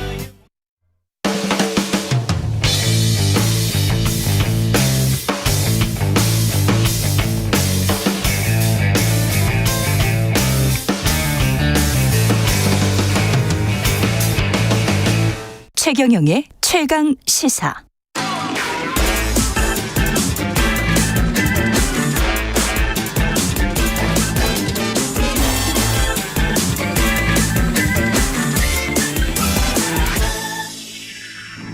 네, 한번더 뉴스 시작하기 전에 경기 북부에 호우특보 발효됐습니다. 8시 기준입니다. 경기 포천의 돌풍, 천둥, 번개를 동반한 시간당 60mm 이상의 매우 강한 비가 오고 있다고 합니다. 다시 한번 침수 피해 등 안전사고에 유의해 주시기 바랍니다. 오늘은 한번더 뉴스 경향신문 박수몽 기자와 함께하겠습니다. 안녕하세요. 네, 안녕하세요. 예, 코로나19 환자가 다시 늘고 있다고 하더라고요. 네, 예. 급격하게 다시 늘고 있습니다. 급격하게? 예. 벌써 좀 옛날 일 같긴 한데, 그쵸. 네, 불과 반년 전, 그러니까 올해 1월만 해도 그때 확진자가 꽤 많아가지고 재유행이 우려된다 이렇게 좀 언론들이 언론 보도가 분석했었거든요. 근데 지금 그때 수준으로 확진자가 다시 올라온 거예요. 아, 재유행 수준으로 언론이 걱정할 수준. 네, 예. 6개월 만에 최다치를 기록하기도 했고요. 예. 이제 숫자로 좀 풀어보면은 지난 18일부터 지난 24일, 그러니까 지난주 화요일부터 이번 주 월요일까지거든요. 이 예. 일주일치 추이를 보니까 24일, 그러니까 이번 주 월요일 빼고는 다 4만 명을 넘었어요. 근데 이 4만 명이라는 숫자가 예. 굉장히 많은 게 올해 1월 11일 이후에 이제 6개월 만에 4만 명대가 나온 거거든요. 최다 확진자. 네. 예. 그리고 24일에 이제 1만 명대가 나왔는데 이것도 예전에 코로나19 소식 많이 전해드릴 때는 말씀드렸었는데 월요일에는 원래 확진자가 적습니다. 왜냐하면 이제 주말 사이에는 그렇죠. 검사를 안 하잖아요. 그래서 그렇죠. 숫자가 일시적으로 적은 거고 그러니까 지금 줄었다라고 볼 수가 없는 상황이고요. 그리고 이제 지난 19일에 47,029명이 나왔는데 이것도 굉장히 많이 나온 거예요. 47,000명? 네, 그렇습니다. 거의 5만 명 가깝네. 예. 맞습니다. 그러니까 올해 1월 수준이라고 말씀드렸는데 한 4만 명에서 5만 명 1월 달에 이렇게 왔다 갔다 했었거든요. 예. 그러니까 그때 수준으로 돌아갔고요. 그리고 사실은 더 걱정스러운 거는 지금 확진자 이렇게 드러난 숫자보다는 실제로 더 많을 걸로 추정이 되잖아요. 맞아요. 예, 지금 SNS 상에 보면은 감기인지 코로나인지 모르겠다 그러면서 집에서 쉬고 계시는 분들 가끔 눈에 띄더라고요. 그렇죠. 예. 왜냐하면 또 회사에서 일부 회사들은 이제 병가를 안 주기도 하고, 그러니까 공가를 안 주기도 하고 그래서 의무적으로 검사를 하는 것도 아니고 또 의무적으로 격리를 하는 것도 아니고 이러다 보니까는 실제 확진자 숫자는 훨씬 많을 거거든요. 그러니까 이제 올해 1월보다도 더 확진세가 강하다 이렇게 좀 볼 수도 있는 겁니다. 지금 검사 받은 사람들만 이렇게 확진자가 많이 늘어났다. 그렇죠. 확인된 숫자만인 거죠. 예, 지금 이게 추이가 어떻습니까? 6월부터 7월 넘어가면서 갑자기 확진자가 급격하게 늘기 시작했는데 7월에 네. 예. 6월 둘째 주 그리고 넷째 주 초 이럴 때까지만 하더라도 10,000명대였거든요. 그런데 7월 달 들어가면서 7월 둘째 주에 22,000명대, 그러니까 한 주에 22,000명대가 이제 월 일평균으로 나왔고요. 그 다음 주에는 28,000명 정도 나왔고, 그 다음에 이제 제가 아까 18일부터 24일, 지난주 화요일부터 이번 주 월요일까지는 38,800명 정도가 나왔거든요. 예. 그러니까 일평균으로 거의 4만 명대에 육박을 했고요. 그리고 그러니까 전주에 비해서는 이게 한 38.8% 올라간 거거든요. 그러니까 40%가 한 일주일 만에 급증을 했다. 이렇게 볼 수가 있는 겁니다. 그러니까 확진자 숫자도 중요하지만 사망자나 위중증 환자 숫자 이게 더 중요할 것 같은데 여기는 어떻습니까? 그래도 이게 좀 다행이에요. 예. 그러니까 사망자는 한 자릿수를 크게 벗어나진 않고 있거든요. 18일부터 24일 4일을 쭉 보니까 적을 때는 5명, 많을 때는 14명인데 보통은 한 자릿수 정도 나왔었고요. 한 자릿수 숫자. 예. 그런데 이제 급격하게 확진자 숫자가 늘다 보니까 위중증 환자는 일단 늘었어요. 근데 이게 보통 보면은 위중증 환자 숫자가 늘고 그 다음에 이제 사망자가 늘어나는 그런 패턴이 있잖아요. 예. 24일 기준으로 위중증 환자가 162명인데 지난 17일 그러니까 한 일주일 전 정도에는 129명이었거든요. 그러니까 한 일주일 정도 만에 33명이 늘어나서 위중증 환자가 일단 좀 늘어나긴 했는데 그래도 일단은 치명률 자체는 예전보다는 높진 않습니다. 훨씬 낫다. 네. 생각을 해보니까 그런 통계 기억이 나네요. 그 코로나가 유행하기 전에 2019년에 폐렴으로 한 해 사망하는 숫자가 한국이 한 2만 명 정도라고 했으니까 지금 10명이 돌아가셨다고 하더라도 365일 곱하면 3,650명 정도기 때문에 폐렴 평상시에 평년에 코로나 이전에 폐렴 환자로 사망하는 숫자보다는 훨씬 적은 거잖아요. 그렇죠. 예, 그러면 그렇게 걱정할 거는 아니다. 그런 생각이 들고. 근데 이제 늘어나는 이유는 좀 알아야 될 것 같습니다. 기본적으로는 마스크 예. 착용이 풀리면서 이제 다들 체감을 하실 거예요. 지난달 1일부터 마스크 착용 의무가 없어졌는데 마스크 그렇구나. 안 쓰니까 이제 예전보다 사실 저도 그러네. 좀 목이 안 좋고 이런 것들을 좀 많이 경험을 하거든요. 그리고 또 하나는 확진자 격리 의무가 사라졌잖아요. 그러니까 이제 걸린 그렇지. 채로 사람들 만나는 게 그렇죠. 이제 가능해졌기 때문에 회사에서 7일 쉬는 것도 이제는 안 되는 거 아니에요? 그렇죠. 그런 사람들은 그냥 나와야 되는데 네. 그러면 이제 노출되는 상황이 좀 많은 거고요. 그렇죠. 그리고 두 번째 요인은 이제 백신을 의무적으로 맞은 지가 좀 시간이 흘렀다라는 거예요. 백신 맞고 나서 시간이 지나게 되면 면역력이 떨어지게 되잖아요. 예. 그러니까 그런 시점이 맞물리게 되면서 확진자가 급격하게 좀 늘어난 거고요. 예. 그러니까 질병청은 이제 앞으로도 이런 산발적인 유행은 계속 있을 거다 이렇게 예측을 했는데 다만 아까 말씀드렸던 그 부분 있잖아요. 치명률. 그게 예전보다는 좀 많이 줄었다. 그렇기 때문에 이 조금 안심하는 면이 있고 그렇지만 그럼에도 예방 수칙 좀 잘 지켜달라. 마스크 예. 좀 써달라 이렇게 당부를 하긴 했습니다. 우리 몸에서 뭐 면역 체계가 건강한 사람들은 좀 형성됐다 뭐 이렇게 생각할 수도 있을 것 같고요. 정철민 님이 마스크 해제 이후에 코로나를 3번이나 걸렸습니다. 지금도 걸렸는데 죽겠네요. 이런 말씀하셨고 이종옥 님은 마스크는 아직 쓰고 다녀야겠다는 생각이 듭니다. 이런 이야기 하셨네요. 예, 독감 환자들도 좀 많다는데 이것도 좀 신경 써야 될 것 같습니다. 코로나 독감. 네. 예. 독감 환자도 같이 늘어나고 있는데 예. 이게 좀 걱정인 거는 보통은 독감이 유행철이 겨울부터 봄까지거든요. 예. 근데 지금은 완연한 여름이잖아요. 여름이지. 근데 지금 최근에 또 급격하게 좀 늘고 있어요. 예. 그 수치를 보니까 굉장히 좀 많던데 이 질병청에서 1000명당 독감 의심 환자가 4.9명을 넘는다. 이러면은 독감이 유행한다. 이렇게 기준으로 삼고 있거든요. 근데 최근 3주치를 보니까요.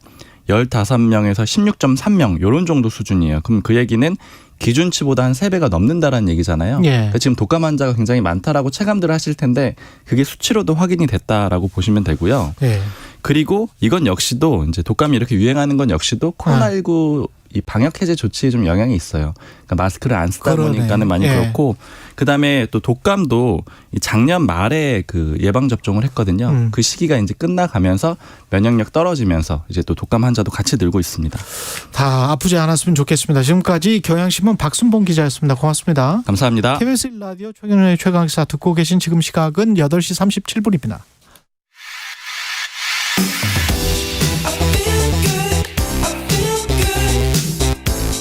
세상에 이익이 되는 방송 최경영의 최강 시사.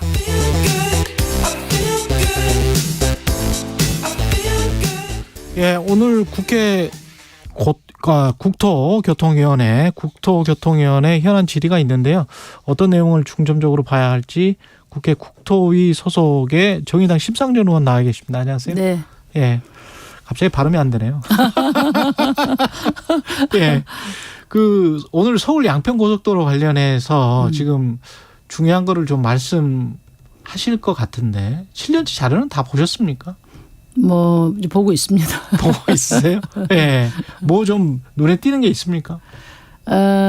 이제 핵심은 이제 이 양평고속도로 종점부 변경을 누가 제안했고 누가 제안했느냐. 무엇을 근거로 최종 노선을 결정했냐 이 두 가지가 핵심입니다. 누가 제안했고 근거가 뭐냐. 근데 이제 지금 정부 입장은 용역회사가 제안했다는 거 아니에요. 용역회사가 제안했다. 그다음에 이제 작년 말에 그 그러니까 타당성 조사 중간 보고서에 용역회사가 처음으로 강상면 안을 최종 노선으로 제시하는데 이제 그 최종 노선을 제시하려면 그 BC 분석 결과가 뒷받침이 돼야 되거든요. 그 타당성 조사에 BC 분석이 있었어요?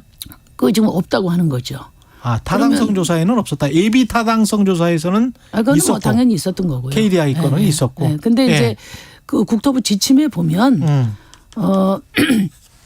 최종 노선 결정은 이제 기술적 경제적 타당성을 근거로 해라 이렇게 아예 지침의 별표에 적혀 있습니다. 어디에 적혀 있다고요? 그러니까 국토부의 이 타당성 조사 지침이라는 게 있어요. 그 별표 1에 타당성 조사 그러니까 최종 노선의 결정은 기술적 경제적 타당성을 근거로 하라 이렇게 딱 돼 있어요. 그러니까 기술적 경제적 타당성을 근거로 BC 하라. 분석을 근거로 하라는 뜻입니다. 그게. 그러면은 그렇죠. 최종 노선을 제시하려면 BC 분석을 했었어야 되잖아요. 근데 안 했다? 근데 없다는 거죠. 자료를 달라고 하니까. 자료가 없다 일단. 아직 준비되지 않았다는 거예요. 그러면 이 얘기를 종합하면은 결국 누가 그러니까 누가 이 노선 변경을 누가 무엇을 근거로 결정했냐 이거를 해명을 해야 되는데 누가는 지금 용역사라고 하는 거고 그 근거는 없다는 거예요 말하자면. 그리고 나머지는 다 말로 떼우고 있는 거거든요.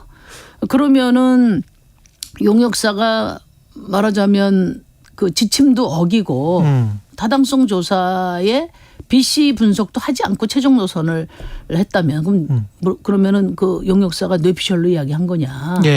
그럼 뇌피셜로 이야기한 걸 국토부가 다 무턱대고 지금까지 따라온 거냐? 이제 말이 안 되는 거거든요. 그러면 저는 용역회사가 당연히 BC 분석을 했을 거라고 봅니다. 그런데 그걸 지금 내놓지 않고 있는 이유는 그러면 최종 노선을 뒷받침할 만한 내용이 아니거나 또는 뭐 그렇게 만들기 위해서 열심히 마사지를 하고 있거나 둘 중에 하나가 아닌가. 근데 이제 그 두 가지가 지금 이제 제시가 되지 않고 있어요. 하나는 처음에 이걸 제안을 용역회사가 했다고 했는데 그 뭐 다들 상식적인 얘기잖아요. 발주처와 협의 없이 용역사가 일방적으로 그 노선을 그렇게 크게 변경하는 안을 낼 수가 없는 거거든요. 발주처와의 협의 없이. 그렇죠. 완전히 자율적으로. 그거는 불가능한 얘기죠. 불가능합니까? 네, 그거는 뭐 국회에 오랫동안 계셨기 때문에 말이 안 되는 얘기입니다. 말이 안 됩니까? 네. 그런 용역사를 국토부가 저 발주를 한다는 것도 말이 안 되고요. 보통 언지를 주나요? 뭐 이쪽으로. 아니 협의 과정에서 협의 과정에서 언지를 주든지 뭐 고초라고 하든지 뭐 어떤 방식으로든지 간에 발주처의 의지가 들어가지 않으면 안 되는 거죠. 그러면 발주처의 의지가 강상면의 의지를 보여줬기 때문에 용역업체가 했다 이렇게 말할 수도 있는 거예요? 당연히 국토부와의 협의와 또는 의중 속에서 이제 이게 됐을 거예요. 그러면은 이제 이런 과정들을 알 수 있는 자료가 뭐냐면은 그 용역사가 국토부에 그 제출하도록 돼 있는 것 중에 하나가 뭐냐면은 월간 진도 보고서라는 거예요. 월간 진도 보고서. 이게 지침으로 제출하게 돼 있어요. 매월. 그러니까 뭐 국토부와 사전 과정이 있었고 이를 반영해서 착수보고회 때 용역회사가 대안으로 제시되었다는 것이 합리적인데 그렇다면 그 사전 협의 과정이 이 월간 진도 보고서에 담겼을 가능성이 있어요. 그래서 그걸 내놔라. 그렇겠네. 그랬더니 아직 안 주고 있습니다. 그러니까 핵심적으로 누가와 관련해서 국토부와의 그 협의 과정, 사전 협의 과정을 알 수 있는 용역사가 제출하게 돼 있는 월간 진도 보고서 이거 이제 내놓으라고 하니까 안 내놓고 있고요. 그다음에 이제 아까도 얘기했지만 최적 노선으로 하려면 근거가 있어야 되는데 그렇죠. 그 타당성 조사 과정에서의 BC 분석인데 이 BC 분석은 없다 이렇게 하는 거죠. 그러니까 이 두 가지가 지금 제시가 안 되고 있기 때문에 이게 계속 쓸데없는 논란과 정쟁으로 가는 겁니다. 그 아까 김병민 최고위원 국민의힘 쪽에서는 그런 이야기도 하는 것 같아요. 시점이 보면 인수위나 그 이전이기 때문에 문재인 정부 때 그 결정이 된 거니까 우리랑은 상관없는 것 아니냐. 그러니까 그 상관이 있고 없고는 이제 국민이 판단할 문제고요. 중요한 것은 어쨌든 노선이 크게 변경이 됐지 않습니까? 그런데 그 노선이 왜 어떻게 변경됐느냐에 대한 그 입장도 왔다 갔다 하고 그 과정이 투명하지 않기 때문에 김건희 일가의 어떤 특혜 의혹이 제기되는 거는 어떻게 보면 합리적인 의심이란 말이에요. 이 합리적인 의심을 국민이 저 야당이 대신해서 문제 제기하고 검증하는 것은 야당의 권리자 책임이에요. 그렇죠. 그런데 이제 이걸 그 뭐 무슨 뭐 불법 괴담이라고 이야기하고 그냥 엎어버렸잖아요. 백지화한다고. 근데 원장관은 왜 그런 거예요? 그분이 책임 행정으로 풀어야 될 문제를 지금 이제 정쟁으로 바꿔버렸어요. 이분이 너무 정치 퍼포먼스가 세요. 그러니까 프레임 전환의 일환이었다? 예. 그렇다고 보고요. 예. 왜냐하면 결국 이제 그 과잉 반응인데 예? 뭐 급발진이라고 이야기도 하고 하는데 그렇게 되는 경우는 보통 도둑이 재발절일 때 그렇거나 아니면 책임을 회피하기 위해서 그러는 것인데 그러니까 이 의혹에 이 합리적인 의혹에 대해서 근거를 대고 설명하고 납득시켜야 될 책임은 정부에 있습니다. 충분히 자료 제공하고 설명하면 돼요. 예. 그런데 그 대신에 지금 백지화를 선언해 버렸잖아요. 예. 국민들이 무슨 죄입니까? 이건 국민에 대한 갑질이거든요. 그리고 아까도 말씀드렸지만 야당 괴담 이야기하는데 그건 야당의 존재 이유를 부정하는 거예요. 당연히 합리적인 의심이고 그것에 대해서 따지고 묻는 것이 야당의 권리자 책임인데 자료는 정부가 다 가지고 있으니까. 그러다가 이제 자료 문제도 그렇습니다. 그동안에 이제 양평 고속도로 문제 가지고 현안 질의 날짜가 잡힌 지가 꽤 됐어요. 예. 그럼에도 불구하고 뭐 거의 전화도 안 받고 자료도 안 줬거든요. 그러다가 갑자기 이제 다 풀어놓고 이제 다 공개하겠다. 국민들이 이거 검증하실 시간이 계신 분들이 얼마나 되겠습니까? 그러니까 야당들에 대해서 제대로 자료도 안 주다가 뭐 이걸 마치 투명하게 다 공개하는 것처럼 이렇게 하는 건 너무 기만적이고 정치 퍼포먼스가 너무 세다. 이런 점들이 이제 그 민생을 중심으로 책임 행정을 해야 될 자세와는 거리가 멀다. 그렇게 봅니다. 오늘 국토위 현안 질의에서 원희룡 장관이 나올 것 같은데. 당연히 나오겠죠. 예, 가장 중점적으로 질의하실 내용은 어떤 부분일까요? 핵심은 딱 두 가지죠. 이게 노선이 바뀌게 된 과정을 투명하게 밝혀야 된다는 거예요. 누가 무엇 근거로 강산면안을 최종안으로 제시했나. 그렇게 이야기하면 또 결정된 바 없다고 이야기하는데. 결정된 바 없다. 이미 용역회사도 최저안으로 작년 말에 제시를 했고요. 그다음에 장관도 심지어는 이렇게 얘기했어요. 뭐 BC로 봐도 그렇고 이게 최종 노선으로 자기는 생각한다. 그럼 도대체 과학 좋아하시는 정부인데 도대체 무엇 근거로 최종 노선으로 했는지를 제시를 해야 의구심이 해소될 거 아닙니까? 그래서 이 부분에 대해서 정부가 책임 있는 답변이 나와야 될 것 같고요. 두 번째는 지금 아까도 말씀드렸지만 이제 고속도로는 국민들 입장에서 보면 교통 기본권입니다. 전기, 수도 공급하는 거와 똑같은 거예요. 그렇죠. 근데 이것을 엎어버렸기 때문에 지금 국민들이 너무너무 상처를 크게 받았습니다. 장관이 절차적, 실체적 정당성도 없이 이렇게 막 해도 되나. 그러니까 이 부분에 대해서 빨리 속개할 수 있는 그 해법과 대안을 가져와야죠. 그런데 오늘 현안 질의에서 다 끝날 것 같지는 않은데 국정조사나 이런 추가적인 조치가 필요하다고 보세요. 어떻게 보세요? 뭐 국정조사 그러니까 국정조사까지 가지 않고 빨리 그 해법을 찾는 것이 중요하다고 봅니다. 그런데 이제 뭐 장관이 오늘 어떤 태도를 보이느냐에 달려 있다고 봐요. 야당 탓하고 계속 그 정치 퍼포먼스를 일관하면은 뭐 국정조사가 불가피할 수 있고요. 또 야당의 정당한 문제 제기에 대해서 성실하게 답변하고 해법을 가져오면 또 판단을 달리할 수 있고 오늘 결과를 보고 판단하겠습니다. 그리고 이게 사람과 관련해서도 양평 공지구 개발 과정에서 기소가 됐던 국장급 공무원이 이 관련해서 고속도로 관련해서도 양평군 쪽 총괄 책임자다라는 보도가 있었단 말이죠. 기소됐던 국장급 공무원 지금 현재 기소된 상황입니다. 근데 양평군 쪽에 총괄 책임자다 이게 근데 또 마침 둘 다 김건희 일가의 어떤 특혜 의혹이 불거진 곳이다. 양평이다. 이게 좀 석연치가 않은 측면이 있습니다. 뭐 석연치가 당연히 않죠. 근데 이제 왜 국장으로 승진하면서 그 업무를 맡겼냐 이렇게 물어보니까 이제 그 인사 발령할 때는 기소 이전 단계 수사 단계였기 때문에 뭐 그냥 인사를 한 것이다 이렇게 하고 수사 단계였기 때문에 그래서 이제 결과가 나오면 당연히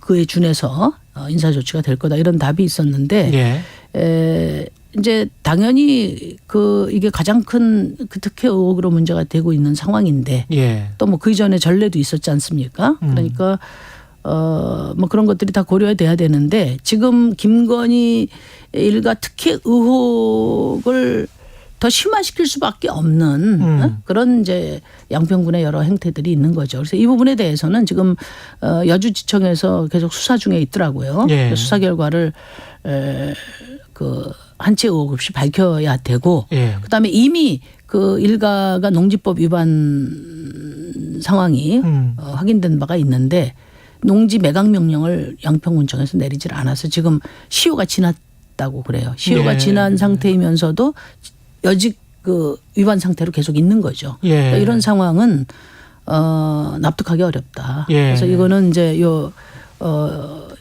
고속도로 문제와는 별개로 그동안에 그 김건희 씨 양평 그 부동산과 관련된 여러 의혹들에 대한 별도 수사와 그 조치들이 있어야 될 것으로 봅니다. 근데 이 양평고속도로 관련해서 처음부터 끝까지 그 관련 자료들을 다 그 국회에서 받아볼 수 있나요? 공식적인 자료들을 가령 뭐 국장이 뭐 누구에게 지시한 내용이랄지 뭐 이런 것들 있지 않습니까? 서로 협의한 내용이랄지 용역업체와 양평군이나 국토부가 협의한 내용이랄지 뭐 이런 것들을 받아볼 수 있습니까? 뭐 그걸 이제 거부하면 이제 국정조사를 가자고 할 수밖에 없는 것이고요. 예. 그러니까 지금 중요한 것은 정부가 야당이 주장하는 의혹이 괴담이라고 하는 거 아닙니까? 예. 그러면은 노선 변경이 된 그 근거에 대해서 말로가 아니라 자료로서 통계로서 그다음에 문서로. 절차로서 문서로서 제공을 해야 되는 거죠. 의혹을 풀 의지가 있으면 정부가 그런 자세로 임해야 되는 것이고 예. 그 의지에 따라서 자료 공개는 결정할 수 있는 문제라고 생각합니다. 이게 뭐 기밀 문서가 아니지 않습니까? 예. 그리고 대통령실 이전과 관련해서도 좀 여쭤볼 게 백재권 씨 뭐 관상가이자 풍수지리가인데 천공이 아니었다. 경찰은 오랫동안 알고 있었던 것 같아요. CCTV를 뭐 수개월 동안 확보하고 있었다고 하니까. 근데 대통령실은 이제 입장 표명은 없는 것 같고 풍수지리가기 때문에 지리학자 하여간 그 여당은 문제될 게 없다. 뭐 이런 입장인 것 같은데 어떻게 그러니까 뭐 보십니까? 천공은 안 되고 백재권 교수는 된다 이 말 아닙니까? 그러니까 네. 이게 둘 다 과학자는 아닌데, 네. 그죠? 그리고 중요한 것은 뭐냐면 국방장관이 그 기록이 없다고 했어요. 그러니까 누가 들어갔든 무단으로 들어간 거예요. 아, 기록이 그러니까 없다. 이분들은 백정원 씨도 사인 아닙니까? 민간인 그렇죠. 아니에요. 네. 민간인이 기록도 없이 무단으로 들어갔다는 게 중요한 거거든요. 육군참모총장 그 공관에 핵심 국가보안시설에 이렇게 무단 출입이 허용되는 것이 가능한가 이 부분에 대해서 대통령실이 해명해야 되고 그럼 누가 허용했나 어떤 누가 허용했나 이 부분에 대한 책임은 반드시 규명돼야 되는 거죠. 누구 전화를 받고 갔나? 사인이 이게 이제 공간 문제도 있지만 그 다음에 그 대통령 그 청와대에서 용산으로 집무실을 이전한 문제지 않습니까? 이건 굉장히 중요한 국정인데 권한이 없는 사인이 개입한 것이거든요. 예. 이런 것 때문에 우리가 얼마나 큰 그 정치적인 이 파동을 겪었습니까? 그러니까 이런 점에 대해서는 대통령실에서 분명한 그 해명이 필요하고 그다음에 누가 이런 권한 남용을 했는지 뭐 담타고 넘어갔을지는 않았을 거 아니겠습니까? 예. 그 부분에 대한 책임은 반드시 규명돼야 된다 봅니다. 국민의힘은 무속 프레임 시도를 했던 건데 그게 뭐 좌절이 된 것이다. 유감이다. 뭐 이렇게 이야기를 논평을 했더라고요. 이제 국정 운영의 뒤에 무속의 그림자가 어른거린다는 것도 참 참담한 일이지만 그것보다 더 중요한 문제는 어떻게 권한 없는 사인이 국정에 개입하는 이런 역사는 반드시 근절해야 된다고 보는 겁니다. 예. 대통령실은 이 건 관련해서 그러니까 그 관저 이전권 관련해서는 별 이야기가 없고 최은순 씨 법정 구속과 관련해서 별 이야기가 없었는데 헌재의 결정과 관련해서는 입장을 냈단 말이죠. 헌재 결정에 관해서도 어떻게 생각하시는지도 궁금하고 그리고 이 일련의 상황 선택적 침묵 또는 선택적 발언 이거는 어떻게 봐야 될까요? 그러니까 이제 어제 헌재에서 그 결정한 것은 국민의 입장에서 보면 국민에 대한 국가의 안전 의무를 기각한 거나 다름없거든요. 예. 그러니까 우리가 헌재가 법원과 다른 것은 법원은 판결이라고 하지만 여기는 결정이라고 하는 이유는 이게 정치적 사법기관이거든요. 예. 범죄의 의무만 다투는 게 아니란 말이죠. 헌법 정신에 따라서 또는 국민의 신임을 배반할 때 또 국민이 국가에 대한 존재 이유를 물을 때 이런 정도를 다 반영해서 결정을 해야 되는데 159명이 그 거리에서 돌아가셨는데 예. 누구 한 사람도 책임지지 않는 이런 현실에 대해서 누군가 책임져야 될 거 아닙니까? 그런데 아무도 책임지지 않는 이런 현실에 대해서 이 정치적 딜레마를 헌재가 전 고려했어야 된다고 생각합니다. 그런 점에서 우리 국민들의 좌절감이 매우 크다 예. 생각합니다. 아까 그 두 가지를 질문드렸는데 또 하나는 이제 대통령실. 예. 이제 대통령실이 좀 그 당당하게 국민에 대한 설명의 의무를 예. 제대로 이행했으면 좋겠습니다. 예. 원래 선출직 공직자는 국민이 의구심을 갖는 문제들에 대해서 설명해야 될 책임이 있어요. 예. 직접 다 관련된 거 아닙니까 대통령실에. 적어도 이제 그 최은순 장모와 관련해서는 예. 대통령이 후보 시절에 뭐 단호하게 언급한 적도 있기 때문에 적어도 개인적 차원에서라도 그 문제에 대한 해명은 반드시 있어야 된다고 보고요. 그다음에 이 지금 요때 관저 무단 출입 문제도 이게 이제 인수위 시절 아니겠습니까? 예. 그렇기 때문에 대통령실에서 이 문제에 대한 무단 출입에 대한 문제도 입장 표명이 당연히 있어야 됩니다. 1분 남았는데요. 만약에 양평고속도로 관련해서 그 근거가 있다. 강상면 안이. BC 분석을 해본 것도 있고 타당성 조사를 보니까 뭐 그럴 만했다라고 하면 김건희 일가 땅이 있다고 하더라도 뭐 그대로 가는 수밖에 없는 건가요? 네, 이제 이게 예. 물론 이제 뭐 그 타당성이 예. 누구나 인정할 수 있는 공정한 절차를 통해서 돼야 되겠죠. 그다음에 이제 이 사안이 불거진 이유는 뭐냐면 이것은 강상면으로 옮길 경우에 최소한 이해 충돌에서 최대 권력형 비리까지 연결되는 문제란 말이에요, 이게. 그러니까 글로 되더라도 이해 충돌은 당연히 있는 겁니다. 예. 그래서 제가 부동산만 백지 신탁할 게 아니라 아니 주식만 백지 신탁할 게 아니라 부동산도 당연히 백지 신탁을 해야 된다. 그게 더 정책 결정에 더 엄청난 그 이권이 개입될 수 있는 사안 아니겠습니까? 그럼 김건희 씨 일가 피하고 그다음 일가 땅 피하고 그다음에 뭐 김부겸 총리 집 피하고 전 군수 뭐 알겠습니다. 선산 예. 피하고 이렇게 해서 그럴 수는 없잖아요. 예. 그런 점에서 여기까지. 백지 신탁에 준해서 여름철에는 집중호우로 인한 재난재해가 발생할 위험이 높아 철저한 대비가 중요합니다. 집중호우가 시작되면 차량 속도를 줄이고 물에 잠긴 도로, 지하차도, 교량 통행 시 주의해야 합니다. 급류에 휩쓸리거나 침수 위험이 있는 지역에는 접근하지 말고 즉시 안전한 곳으로 대피해야 합니다. 집중호우와 동반된 강풍도 주의해야 하는데요.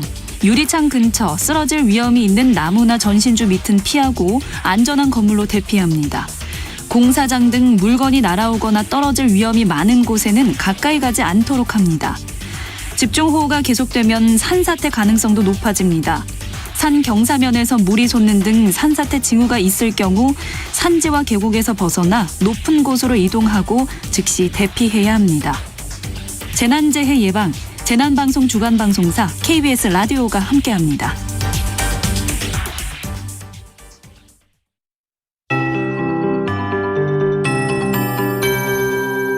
KBS 58분 날씨. 당분간 전국 대부분 무더위가 이어지겠습니다. 밤새 강원 동해안과 일부 남부지방, 제주에 열대야 현상이 나타났고요. 서울은 오늘 아침 최저기온 24.9도로 수치상으로는 열대야 기준인 25도를 겨우겨우 밑돌았지만 거의 열대야와 비슷한 밤더위가 있었습니다. 오늘 전국의 예상 낮 최고기온 28도에서 33도 분포로 서울, 세종 30, 광주, 제주 32, 강릉, 대구 33도 등으로 전국 대부분 폭염특보가 어제부로 확대 강화된 상황이라서 습도 높은 찜통 더위가 이어지겠습니다. 수도권과 강원 내륙 산지는 북한으로 북상한 정체전선 영향을 조금 더 받아 오늘 오전까지 가끔 비가 오겠고요. 그 밖에 전국 곳곳에 저녁까지 세찬 소나기 예보도 있습니다.